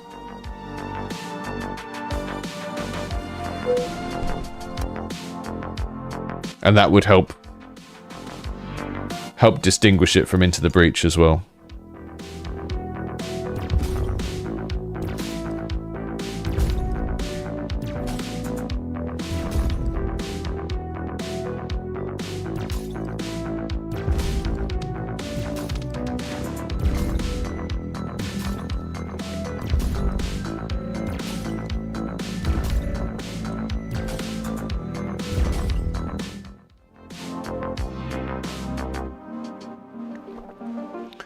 To be honest, I haven't had a chance to look at what's on the summer Steam sale. All of my game playing time is spent on this channel, and then when I do play games for leisure, it's usually with my partner, and then it will be a game that we're playing on the PlayStation or something like that. Just because, you know, in my mind, I'm currently on the bad screen. You know, even though I'm playing a game, this is still work. So when I play games for fun, I want to not be on the bad screen. And also, you know, I use the computer for other stuff like making music and stuff like that as well. So I tend, if a game has a decent PlayStation version, I will tend to play it on the PS5 a lot of the time. And then, you know, I play games on the iPad when I'm working out as well. So in terms of like looking on Steam for games to buy, I just don't get around to it because so much of my PC gaming is taken up by playing stuff for the channel, I think. Surge Tower, Lightning, yes. Chance to Stun, even better.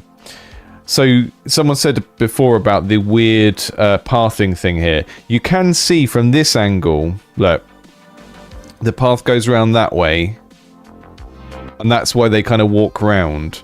But I do think it needs a little bit of like scenery justification for why they don't just walk across there. Because I don't think this line is quite dark enough. And actually, yeah, I think if I was going to do one thing, one very small tweak with the art here, would be to add a different color for this border of this path. Or another layer of shading. Because at the moment, the border around this path is the same color as the tops of these. And it makes it not stand out very much. So then the visual logic of why they would walk down here and turn around here. Because it looks, for most of the path, it looks like the reason the path exists is these blocks around the edge. Whereas here, the path exists just because it's a tower defense game and there's a path, right? So even just making this pink here a different color that is maybe the darker color here, or just a totally different color, like a darker version of this beige, would maybe help solve some of that and make it kind of easier to understand why they do that. Why do they do that? Right, Surge is really long range, so I'm going to put it there so when I build my stuff later on, I'll get the most usage out of it. And I think I've got at least one of everything, and now I need to focus my resources on upgrading stuff for a little while, I think.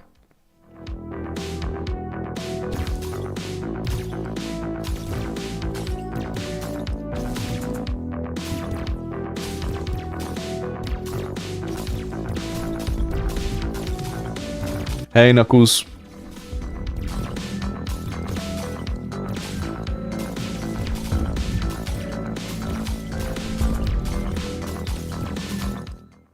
Just blowing up some dudes.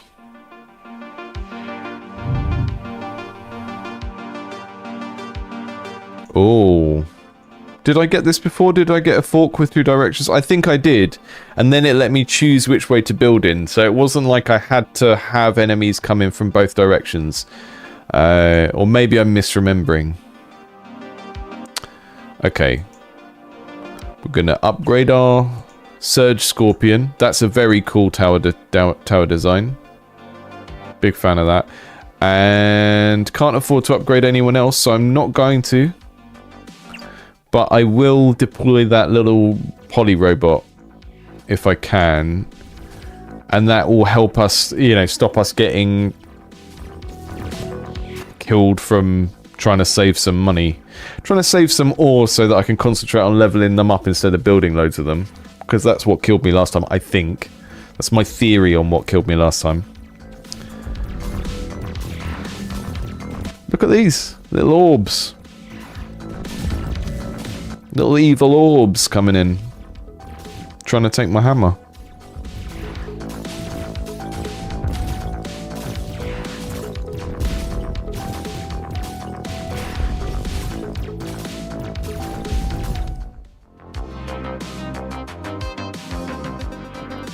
Commander, an unidentified artifact has been detected following hostile engagement.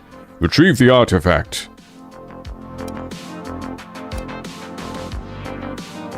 Gain 10% of your current ore at the end of the day. Oh, that's good. So basically whatever I don't spend gets multiplied by 1.1. Quick maths. Can I move her? Nope. She's could stay in there. Right, this guy needs to shoot the closest guy because he's my little bodyguard.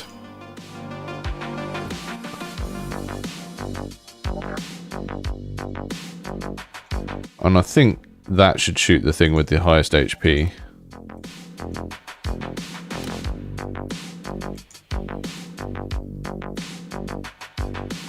Do I risk... Okay, I'm going to level up one more thing. But I do want to end at least one day with lots of ore, because then I can make the most of that passive ability. My investment ability.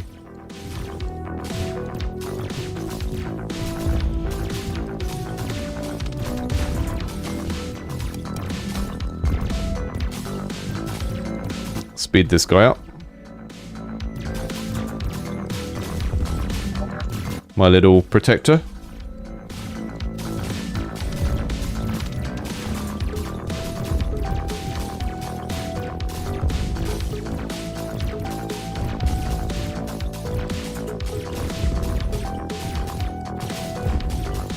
Yeah, this would work really well for me as a Switch game, or it would work very well as a Steam Deck game as well. You know, but Into the Breach could have been a very good portable game. It just hurt my brain too much.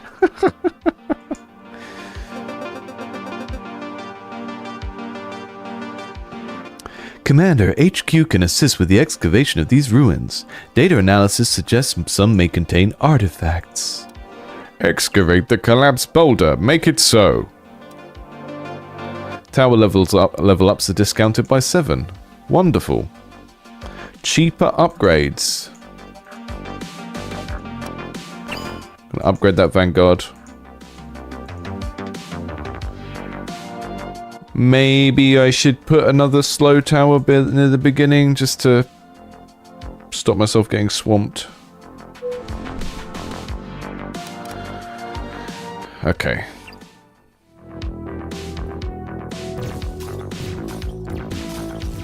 Yeah, I wonder if the developer did all the art for this, or if it's like a case of there is a Into the Breach style game asset pack somewhere. I'm not sure. Either way, I wouldn't be judging, because I think people should make games with whatever resources are available to them. But if it's a single dev and they programmed the whole game and made all these art assets from scratch, then it is really very impressive.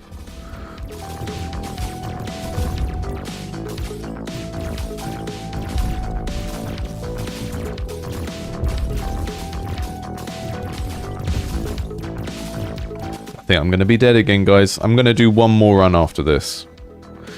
It's giving one more try vibes. And this time I'm going to focus entirely on damaging and not slowing or anything else. Maybe I get some slowdown guys later on, but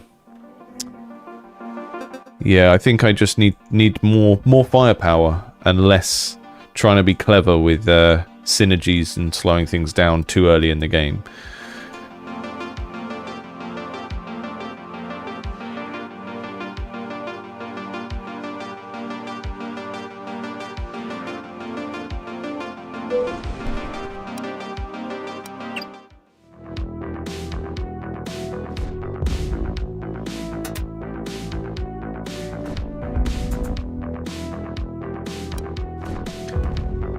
I wish I knew how my dude's power went up. Dev, if you're watching this, we want to know how the power goes up. I also think he should get some back when he whacks someone.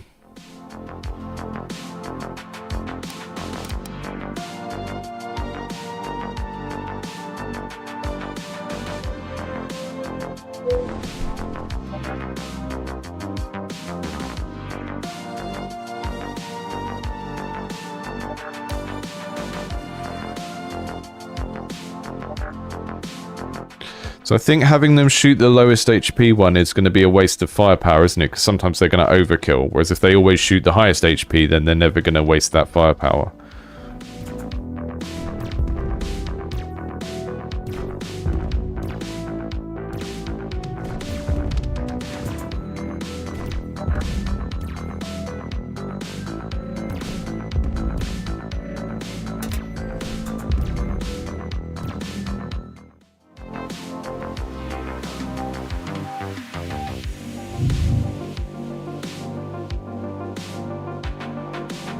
I'm deliberately choosing the track pieces that don't have the path just because the path upsets my brain.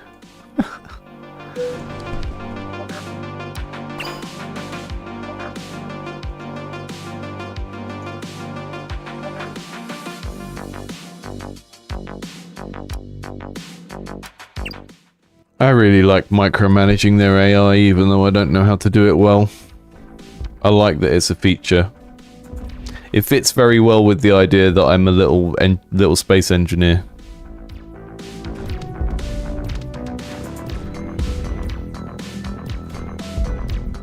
Mighty Miners. Tom said, have you tried Mighty Miners? How was it? Very good. But I believe the dev is in the chat. Very enjoyable. Sort of top-down mining game that plays like Vampire Survivors without enemies. So you're, instead of fighting against losing your HP, you're fighting against losing your battery. So you're going out from recharge points, smashing things up, and then coming back to recharge.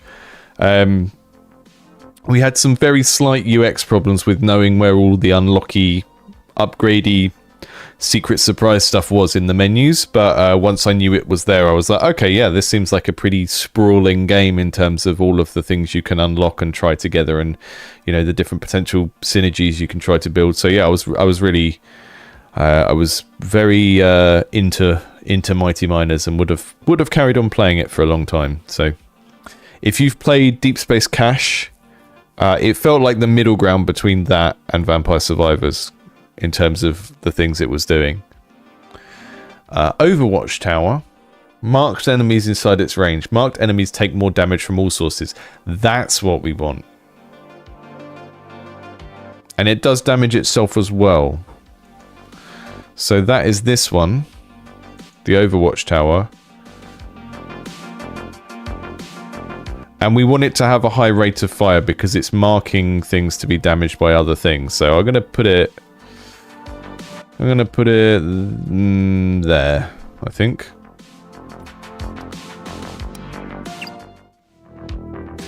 I do think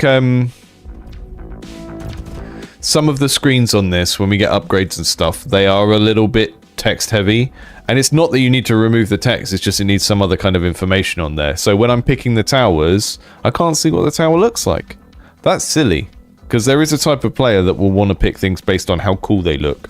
And although that is not deep strategic play that you want your players to do, it is just how some people think. And, you know, I will play games like this for days and days and still be making decisions like, oh, I want the lightning and ice because I think they go together or something. Some weird non-strategic decision making will be going on based on like cosmetics. And if you don't show the art on the selection page and you just show the game rules, then you're missing out on opportunity to kind of please a different sort of player, I think. Okay, I'm going to go this way. Well, actually, no. Yeah, we'll go this way, because if I double back this way, then any towers I put on this ridge will shoot there and over that side. And it takes a long way to get all the way around there, so that seems like a good idea. And then this gives me an automatic upgrade, so I feel like... Well, let's put a explosive tower there. So we've got like an immediate big burst of damage at the start, and then I'm going to upgrade this one at the end that is protecting my dude so that he's got a bit more cover when they get in close.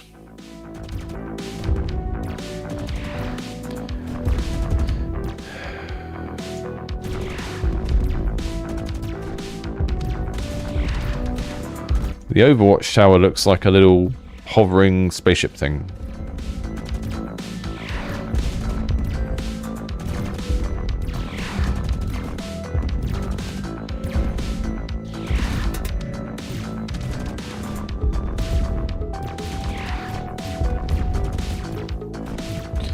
Is this the wave that got me last time? These blue guys? I think it might have been.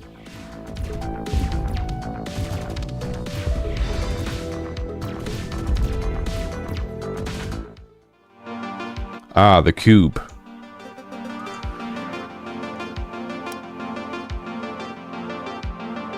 Gain 1 ore when killing an enemy with a critical hit.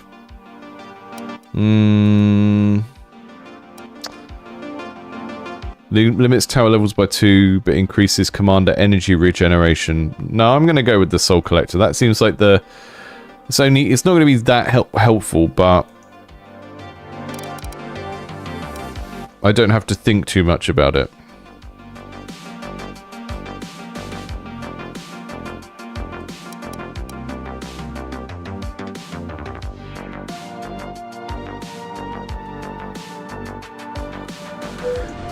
Right, put some more towers near this guy, because this is increasing the damage of everything around it. This marks them, and then they take more damage from other things, so anything that's getting marked by this should be passing past as many towers as possible, really. So I'll put another one here.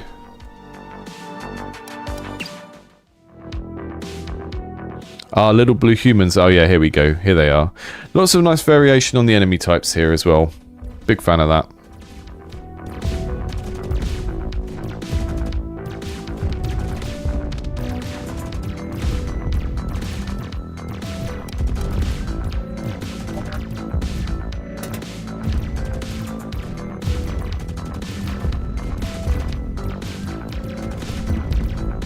I like that we've got some upgrades that have got drawbacks as well. You know, now this happens, but also this thing is locked. It makes the decisions feel a lot more meaningful than just like every option is positive, you know? Oh, I've got to choose one of those annoying blocks. Okay, so they're going to get marked as they come in here. They'll walk around here. There's a special tower here, which I think I'm gonna make this one as a ice tower, because haven't built any this turn, because I was being good and, as I said, focusing on damage like I was gonna. But that is a good place for that, because it's gonna get them hit a lot of times before they get into the main bit. And then maybe something else up on here. Maybe we'll put a boom. Explosive tower there, which is actually called a sentinel and not called a boom boom. I don't know why you keep calling it that. So this side is going to give me more trouble, but maybe that's a good idea. I kind of slow these guys down and then these guys come in separately. That does mean that these explosives aren't hitting them as many times though.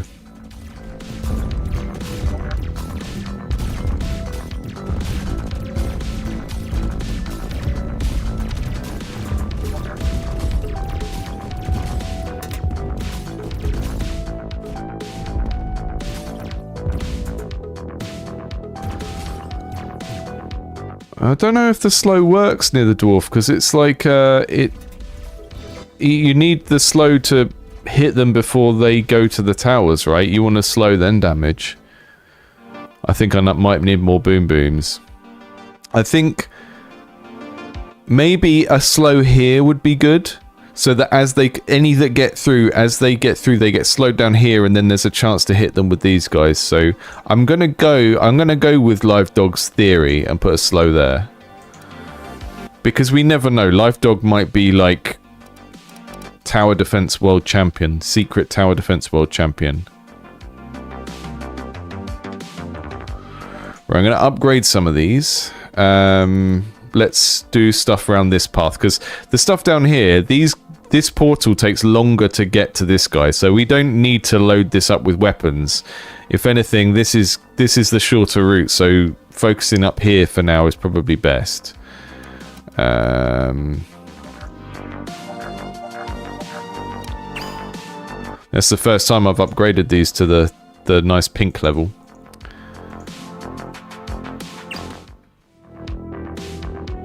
Really like the color swaps. There's a real, really nice sense of, I don't know, there's just a nice visual style to the way that the colors are chosen here, I think. Each turret has its own visual identity of, like, this is like a military looking green turret. This is like a sort of techno sniper looking turret. And they don't break that visual identity, but then when you get up to like level 3 or 4, you get the slightly more outlandish choices.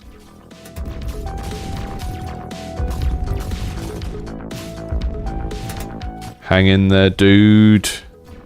We're gonna survive. Right, this is the furthest I've made it. And that's a good thing, right? That's a good sign with this sort of game, is that if you play one run and you die and you want to play it again, that's a good sign that your player is having a good time. If your player is getting gradually better and surviving a little bit longer each time, that is a good sign as well. That is a good sign about the game structure. It's a good sign about how learnable the game is as well. Right, we can have an annoying curve, or we can have this, which I think maybe we can't build on those bits. Oh no, we can excavate them. Increases the chance of finding an artifact, doubles it during excavation. Okay, and then I've got one here. I'm gonna excavate both of those. Yeah, the boosting towers by clicking on them with spells is neat.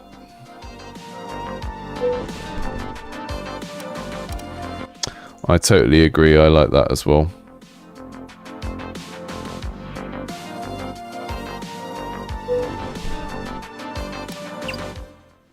It's like the spells you get in auto-battler games.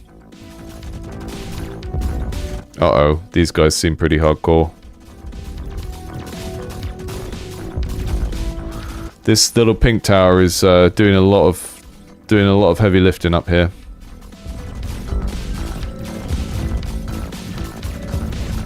I really needed to upgrade my explosives.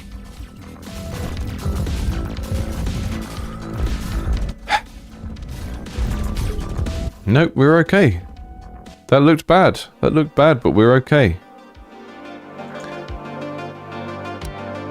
Upgrade that sentinel.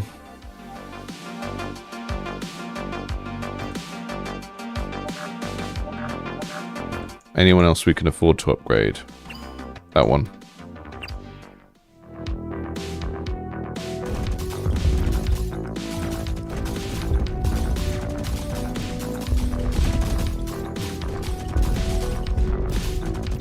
What are these guys doing? Oh, they are giving a shield to the things around them, I think. Not a fan of that.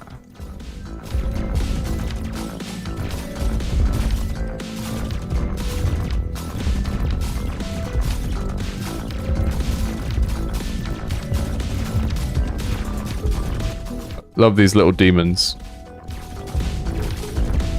It really is chibi Warhammer 40k, isn't it? Good combination of things.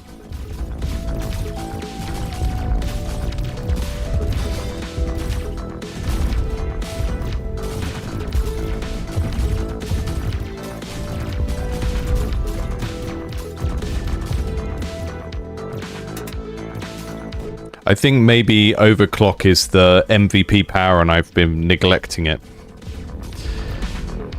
Oh, wow. I was surprised we survived that.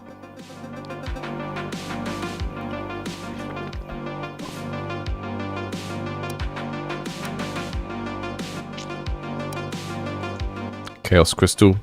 Sentinels getting extra damage this turn. Make this path a bit longer.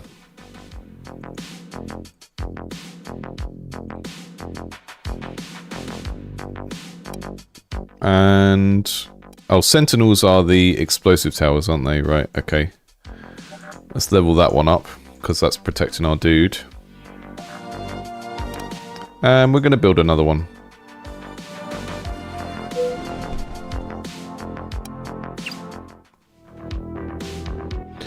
You cannot upgrade during rounds. No, look, they have info panel. I can change the targeting. Can't upgrade in the nighttime, though. There's a very clear-cut distinction between what you can do in the nighttime and the daytime. These guys have got an annoying little teleport jump.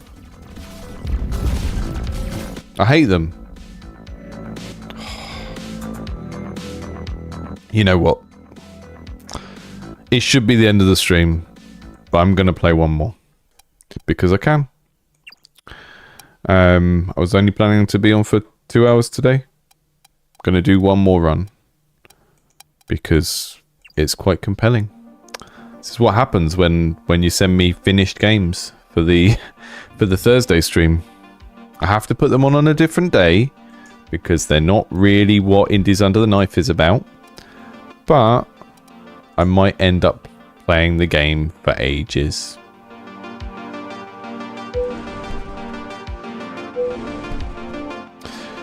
Trying a different tactic here. He's got his little personal tower and it's right behind him. Might be a bad idea. Might be a terrible idea. But I haven't tried it before, so I should try it.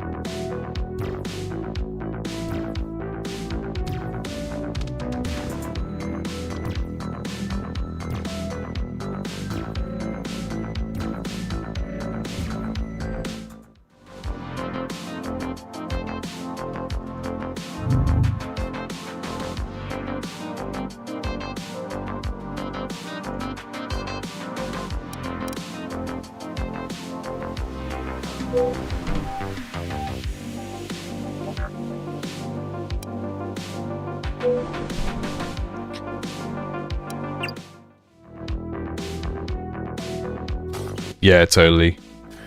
I think one of the good signs in like a project life cycle is when the feedback you're getting is about little fiddly things.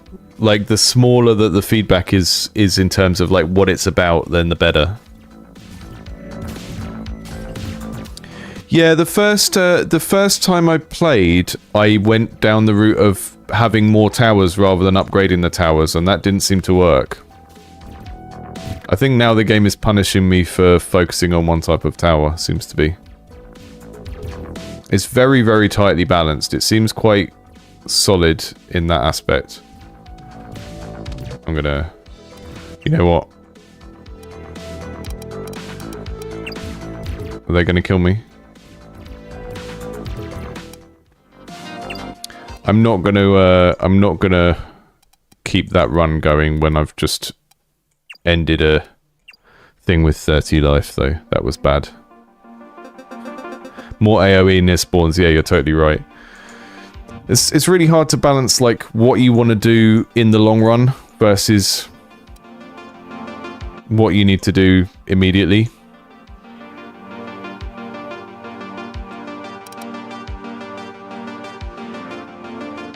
does. Yeah, exactly. If you quit early, it doesn't count as one more. That's how gaming works. The final last. Final one. Final dot png dot psd dot final dot last dot penultimate dot ultimate.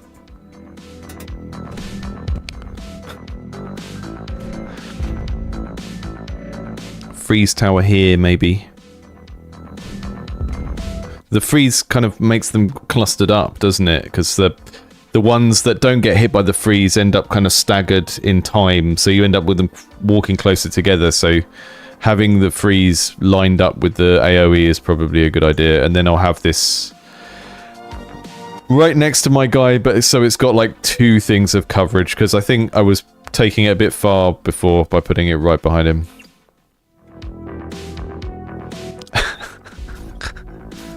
Uh-oh, it's the space sperms.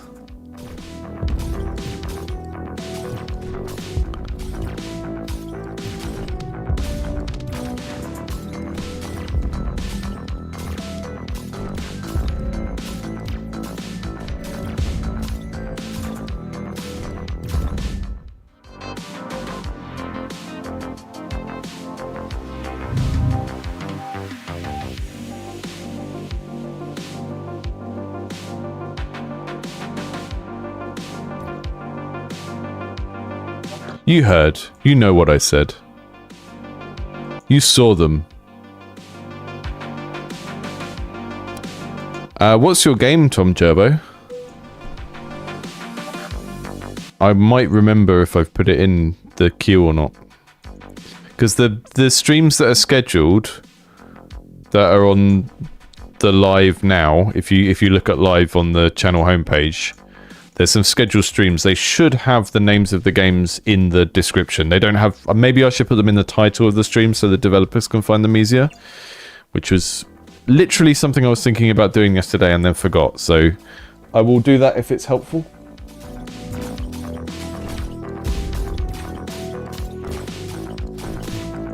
Right, this looks rough, so I'm going to overclock everything. FPS puzzle game. I don't think I have heard of that yet. Object Impermanence. I remember the title. No, I don't think I've scheduled it yet. I think I struggled to work out what I'd put it with. And that's really what it always comes down to. It's like, which ones can I group together?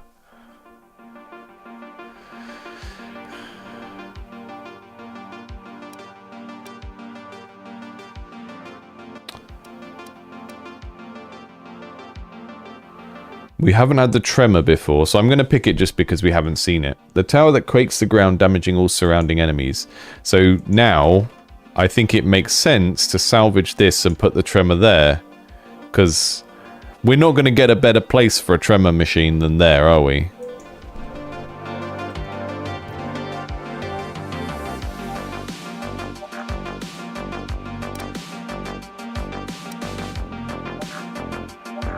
Can't afford to upgrade anything yet, so save the ore for next round. Boom. Yeah, we like the June. It's like the worm bait machines from June.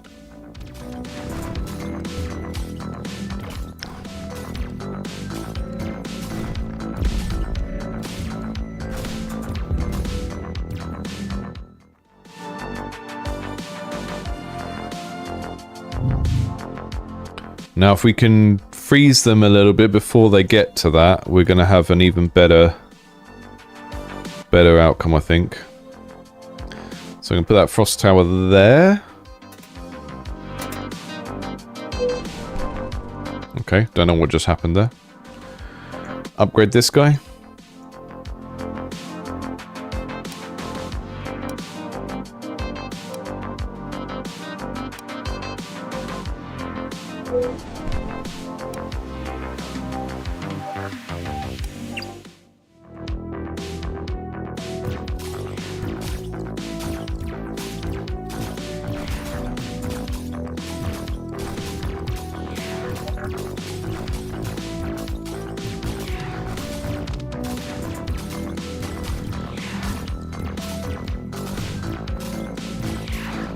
See you later, Tom.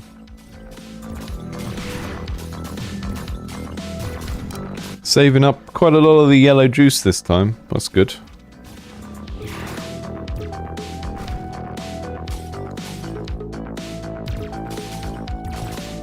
So this poly tower that I get is more powerful based on the more stuff that I have around it in terms of other towers. So I wonder if I should make a deliberate space for it. If I... Oh. See, it's getting more UI bugs and things stacked on top of each other as again. I don't know what happened there. Right, I'm gonna scrap this, and then that's gonna be my space for my special tower.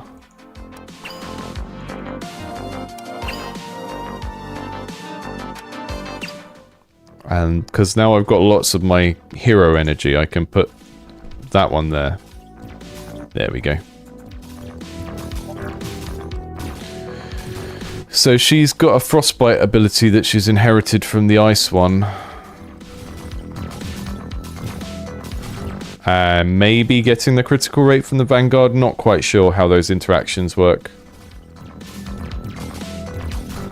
So the enemies do seem to have some sort of difference. I'm not entirely sure on all of them.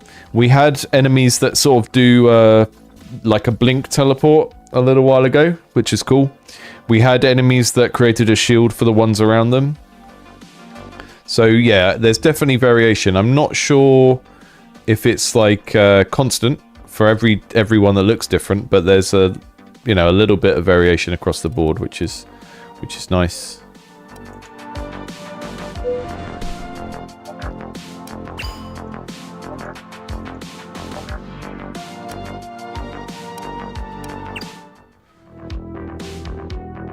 I think we've really lucked out this time with getting this particular tower. Because when you choose which towers to add to your loadout, that is a pick from 3 kind of roguelite type situation as well. So I think we really lucked out with that combination of this map shape and this tower coming out at the same time. I've just given these that power up that increases their rate of fire. It doesn't last very long though. I thought it was for like the whole night.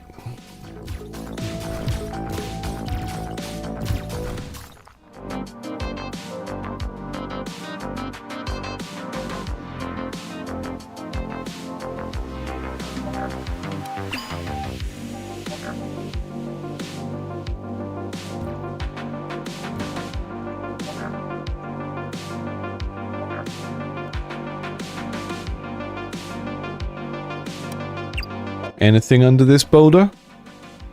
Boo. It's because it heard me saying that we were lucky with the loadout and the level build.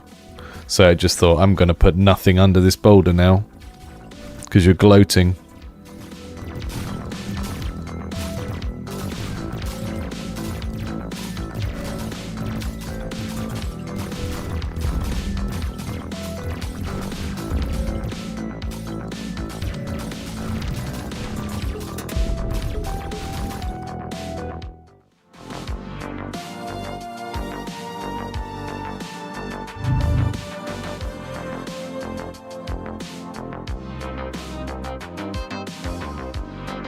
One of the things I really like about the combination of genres that's going on here is like normally when you play a tower defense game, you've got like you look at the map and you can see certain areas that are better positions for stronger towers because more stuff passes by it.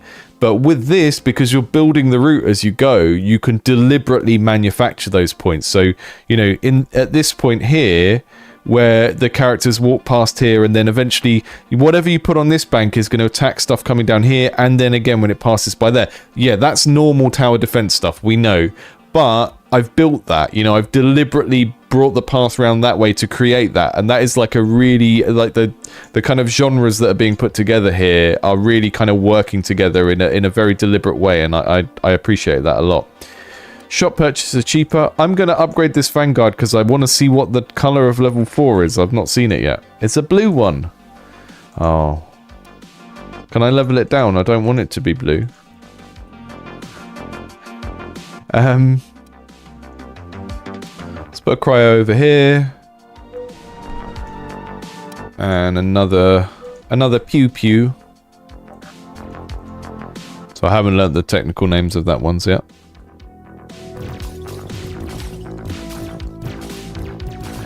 So I think when they've got a blue health bar, I'm not entirely sure what that means. I think it's like a shield on top of their health. Not sure. But certain enemies have had that blue health bar, like the blue characters, the blue walking dudes had it. I just do a boost on all my stuff there. As you can see, it's got that kind of turquoise shaded colour.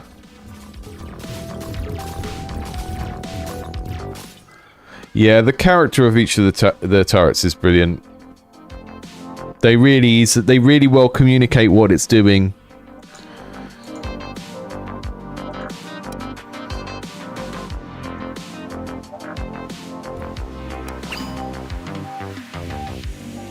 Like, something in your game is going to be where the character lives, even if you don't explicitly have characters. And the towers in this have a lot of character. I really like them. I'm going to do a speed augment on this, so this is getting a permanent speed boost, my Thumper. Because I think this is really my MVP in terms of why we've survived so long in this build. So these are guys that they seem to have some sort of like collaborative shielding thing going on. So the shield with some of this UX is like a little bit. It's a little bit hard to see because of the fidelity of the pixel art, but this bigger shield is like a boss shield, and when you killed that guy, all of the shields go from the other guys. I think I would want a little bit more differentiation there to make it clear which one is the target, you know?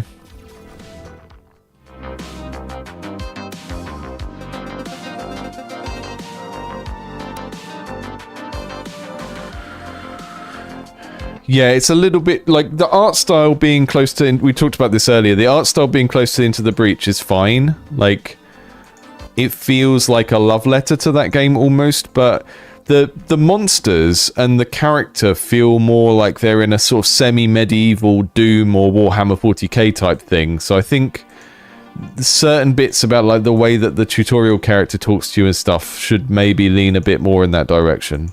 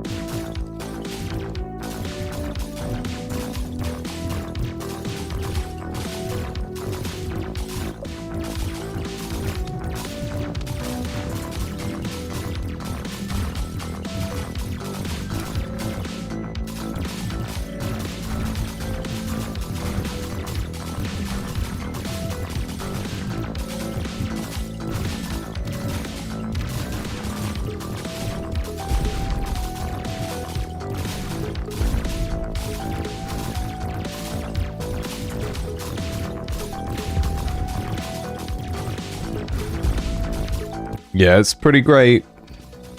So the two games I've played this morning are games that were submitted for the Thursday stream, but were maybe a little bit too kind of complete for it.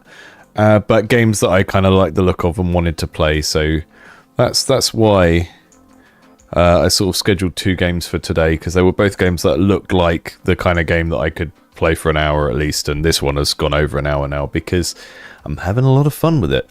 Right. We haven't had the Crusher or the Ionizer.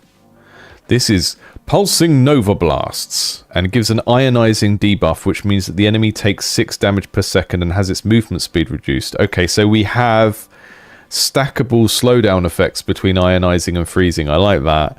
The Crusher, a punishing tower that crushes enemies with powerful punches. I like punching enemies as well. See, they just really need to show us what the towers look like up here. just to reduce how scarily text-filled this screen is, and also just let me see the tower before I buy it. I'm going to go with the ionizer, which is this weird... It looks like the Eye of Sauron.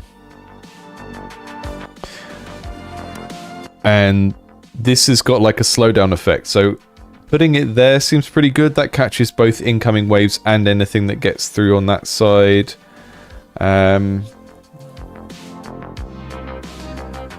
I like the fact that we can stack ice slowdown and another form of slowdown. That is really capitalizing on the sort of things that people enjoy doing in these games, right? Which is optimizing. I came here to optimize.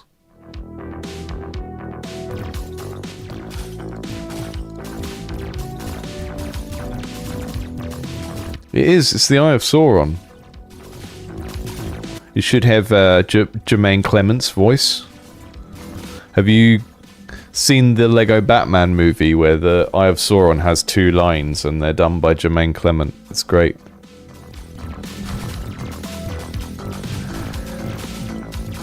What is this? It's like a newt. A 2-legged newt.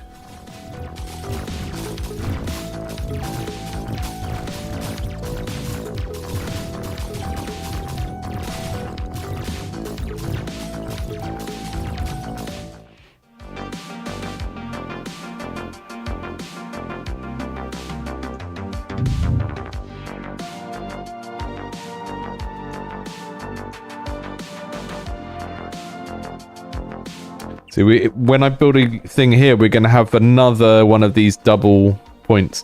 Increases the amount of ore received at the end of the wave by 50. That's lovely. That's a thing that I like. I like increasing the amount of ore received at the end of a wave by 50. That's my favourite. What's under here?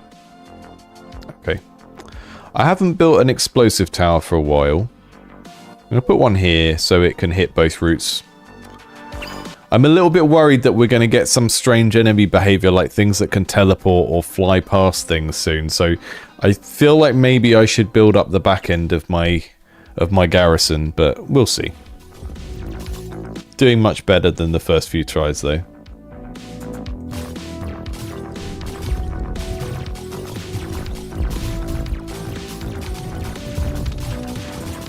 Look at these guys. That's some Elden Ring Snake Man kind of vibe. Come on, Thumper, you can do it. Don't let them get through. Don't let them get through, Thumper.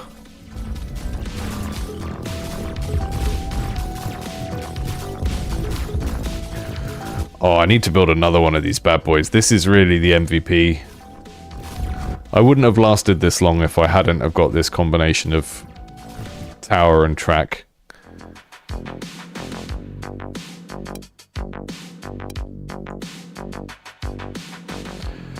Right, I'm gonna maybe build another one of them in a minute. What I'm hoping is this will loop back here and I can build something here that hits both portals as they come through. Yeah, the Thumper is doing all the work. Let's boost it even more. So we'll level up the Sentinel that's right next to it. I can't level up the Cryo. Maybe I'll level up this guy because he's my last line of defense.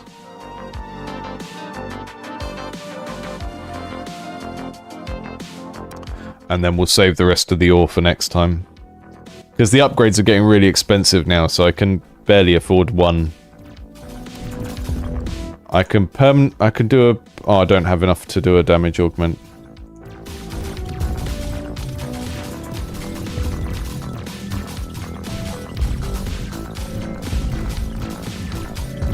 These guys are spooky. Really great range of enemies here.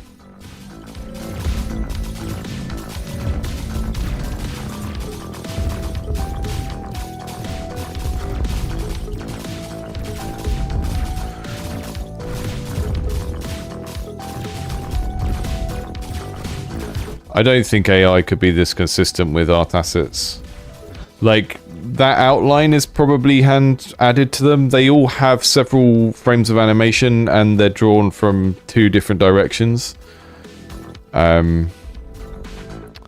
I don't think you can get AI to do stuff like that. It's not consistent enough to do that sort of thing.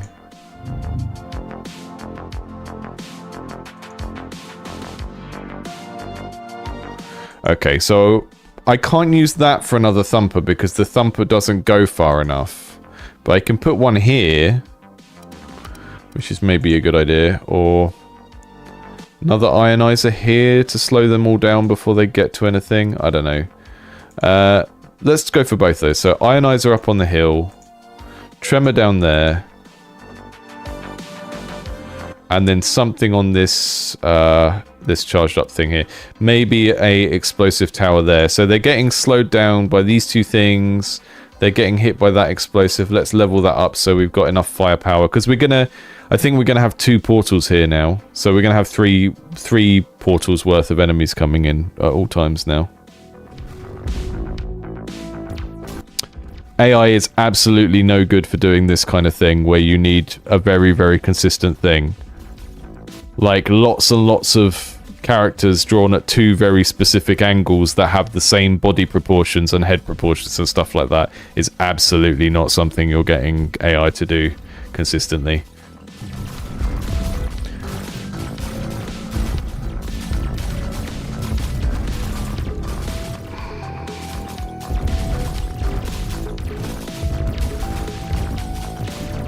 These also just have too much of a consistent character. I think they're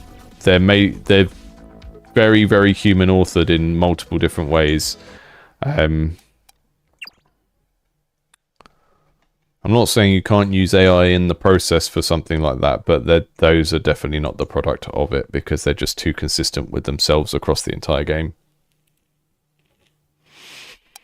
Also, what would be the point versus just like using an asset pack? So someone will have made asset packs of like monsters facing in particular directions for a certain type of game, and you would save so much time using that versus trying to prompt. I don't know. I'm not a fan of it, and I'm also not a fan of the fact that it uses up an entire iPhone's worth of charge for every image you generate. So even if the outputs were good, I wouldn't be a fan of its use. So there's not really any use in this chat trying to advocate for how AI can produce good outputs. I understand people using it to save time, but the output is never going to be as good as what a human can do because it doesn't have any thought gone into it.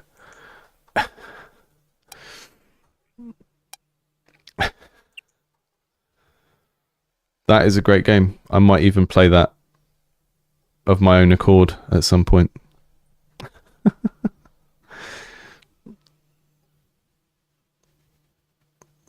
It's frozen now.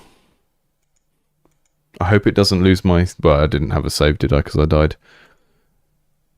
Very, very... Yeah, I really like the way that the genres are working together here. It's not the sort of thing that is immediately apparent, but once you've built long enough that your path is snaking back on itself, then the kind of building the road element of it becomes part of your build. You know, because you're building your towers and then you're kind of creating the pathway. It allows you to manipulate some of the things that are usually very satisfying about a tower defense in ways that you don't normally get to do. And I kind of really like that.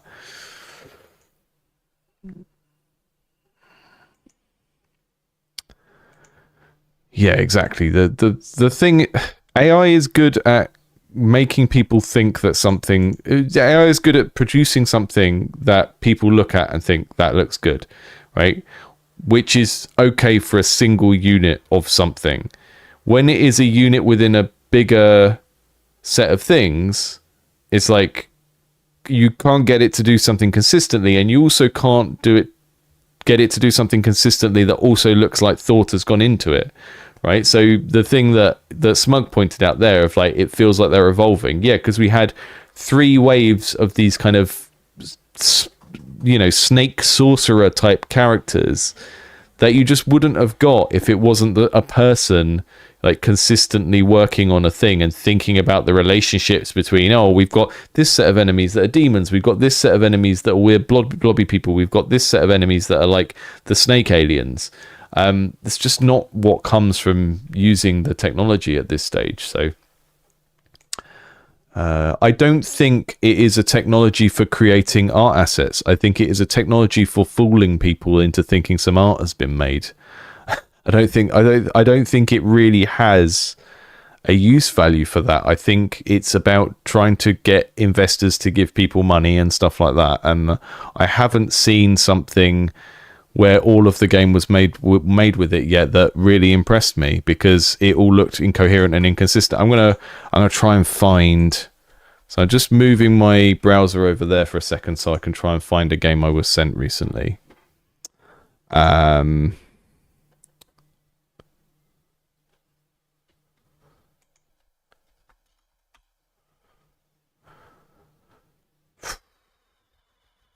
Give me a second.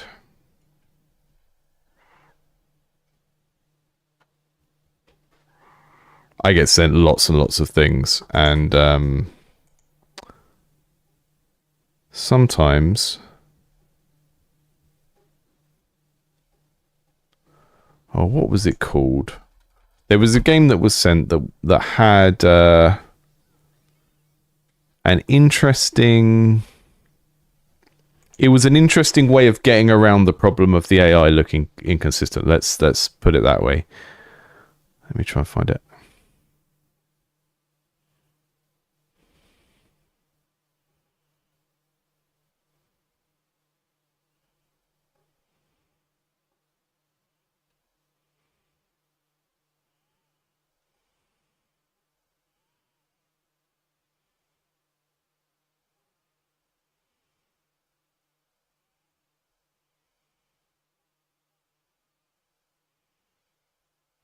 So many random companies wanting marketing for something that's nothing to do with indie games.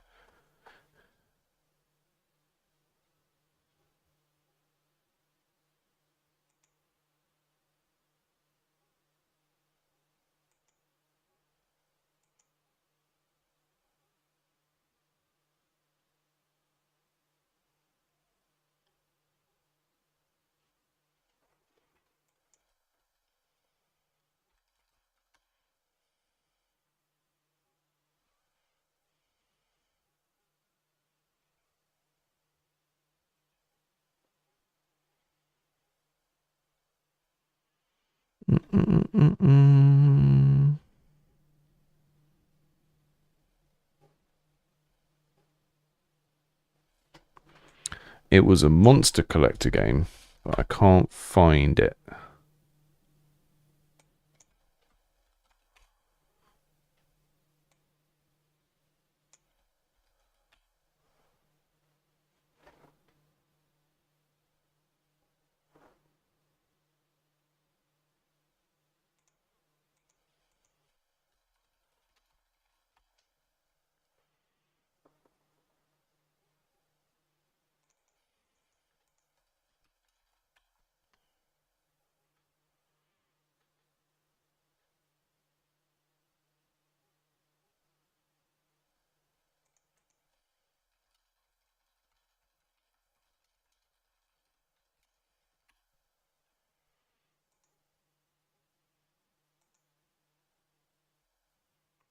Yeah, I can't find it. It was like a creature collector that someone had made that had these creatures that were like...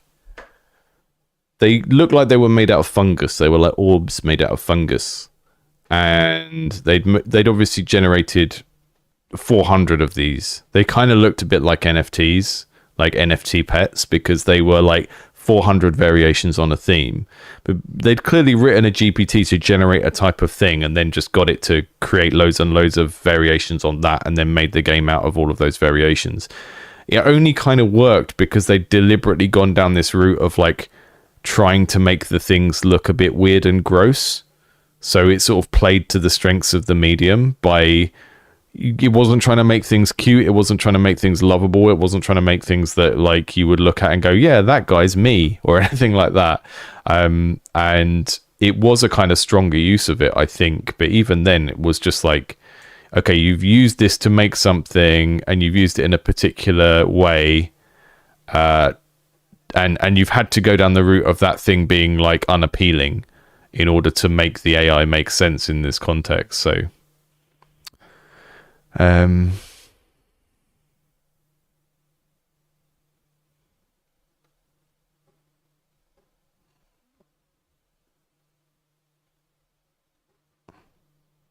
just going back through the chat because I spent ages trying to find the email from that dev.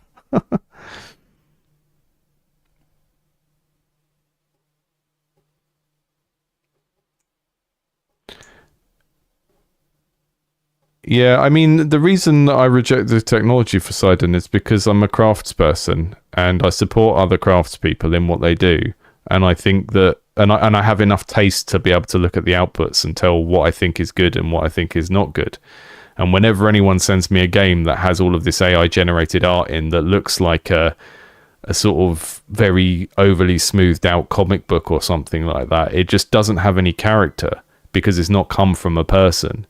And if you can't register that because, you know, you don't look at art in the same way that I do, then that's fine. But you'll never convince me that that is a good output and that I should play that game over a game with human drawn art that perhaps looks a bit worse in terms of polish, but looks like a person did it. Because that's why, you know, that's part of why I play indie games and not AAA games and not free-to-play casual mobile games, is because I want something that feels like it was made by a human. And that the game design choices, the artistic choices, all of those things were done to produce a particular effect, and not just because someone was, you know, too lazy to learn to do something themselves, or too stingy to pay someone to do something for them, or too unlikable to collaborate with someone and form a team to work on something for, like, you know, equal benefit or something like that. So there is not really a version of this debate where I come out on the side of like, yeah, use that because it's easier, because I'm an advocate for making things of quality. And my idea of quality isn't how polished and smooth it looks. My idea of quality is human beings coming together to make something and like produce the best version of the thing they want to make. Not cutting corners by getting a mechanical Turk to put slop in their game. And there is totally a whole genre of games where that is appropriate, but I generally don't like those games anyway. You know, like, I don't like things that are deliberately jank because it's a joke, and that's fine. That's a taste thing, but there's not really any point arguing with people about their tastes, and that's why I try not to make it an ethical argument about stealing or anything like that. Although I do think it is obscene to use the entire charge of a iPhone to generate a picture, especially when you think that every art asset you generate, you're generating 20 and throwing away 19 of them. So I try not to get into that side of things, but that is, for me, still going to be a problem with the technology, even if it did produce outputs that I like the look of, but it doesn't. So it's bad in several directions at the same time, you know? So, so I've said my piece, and after that,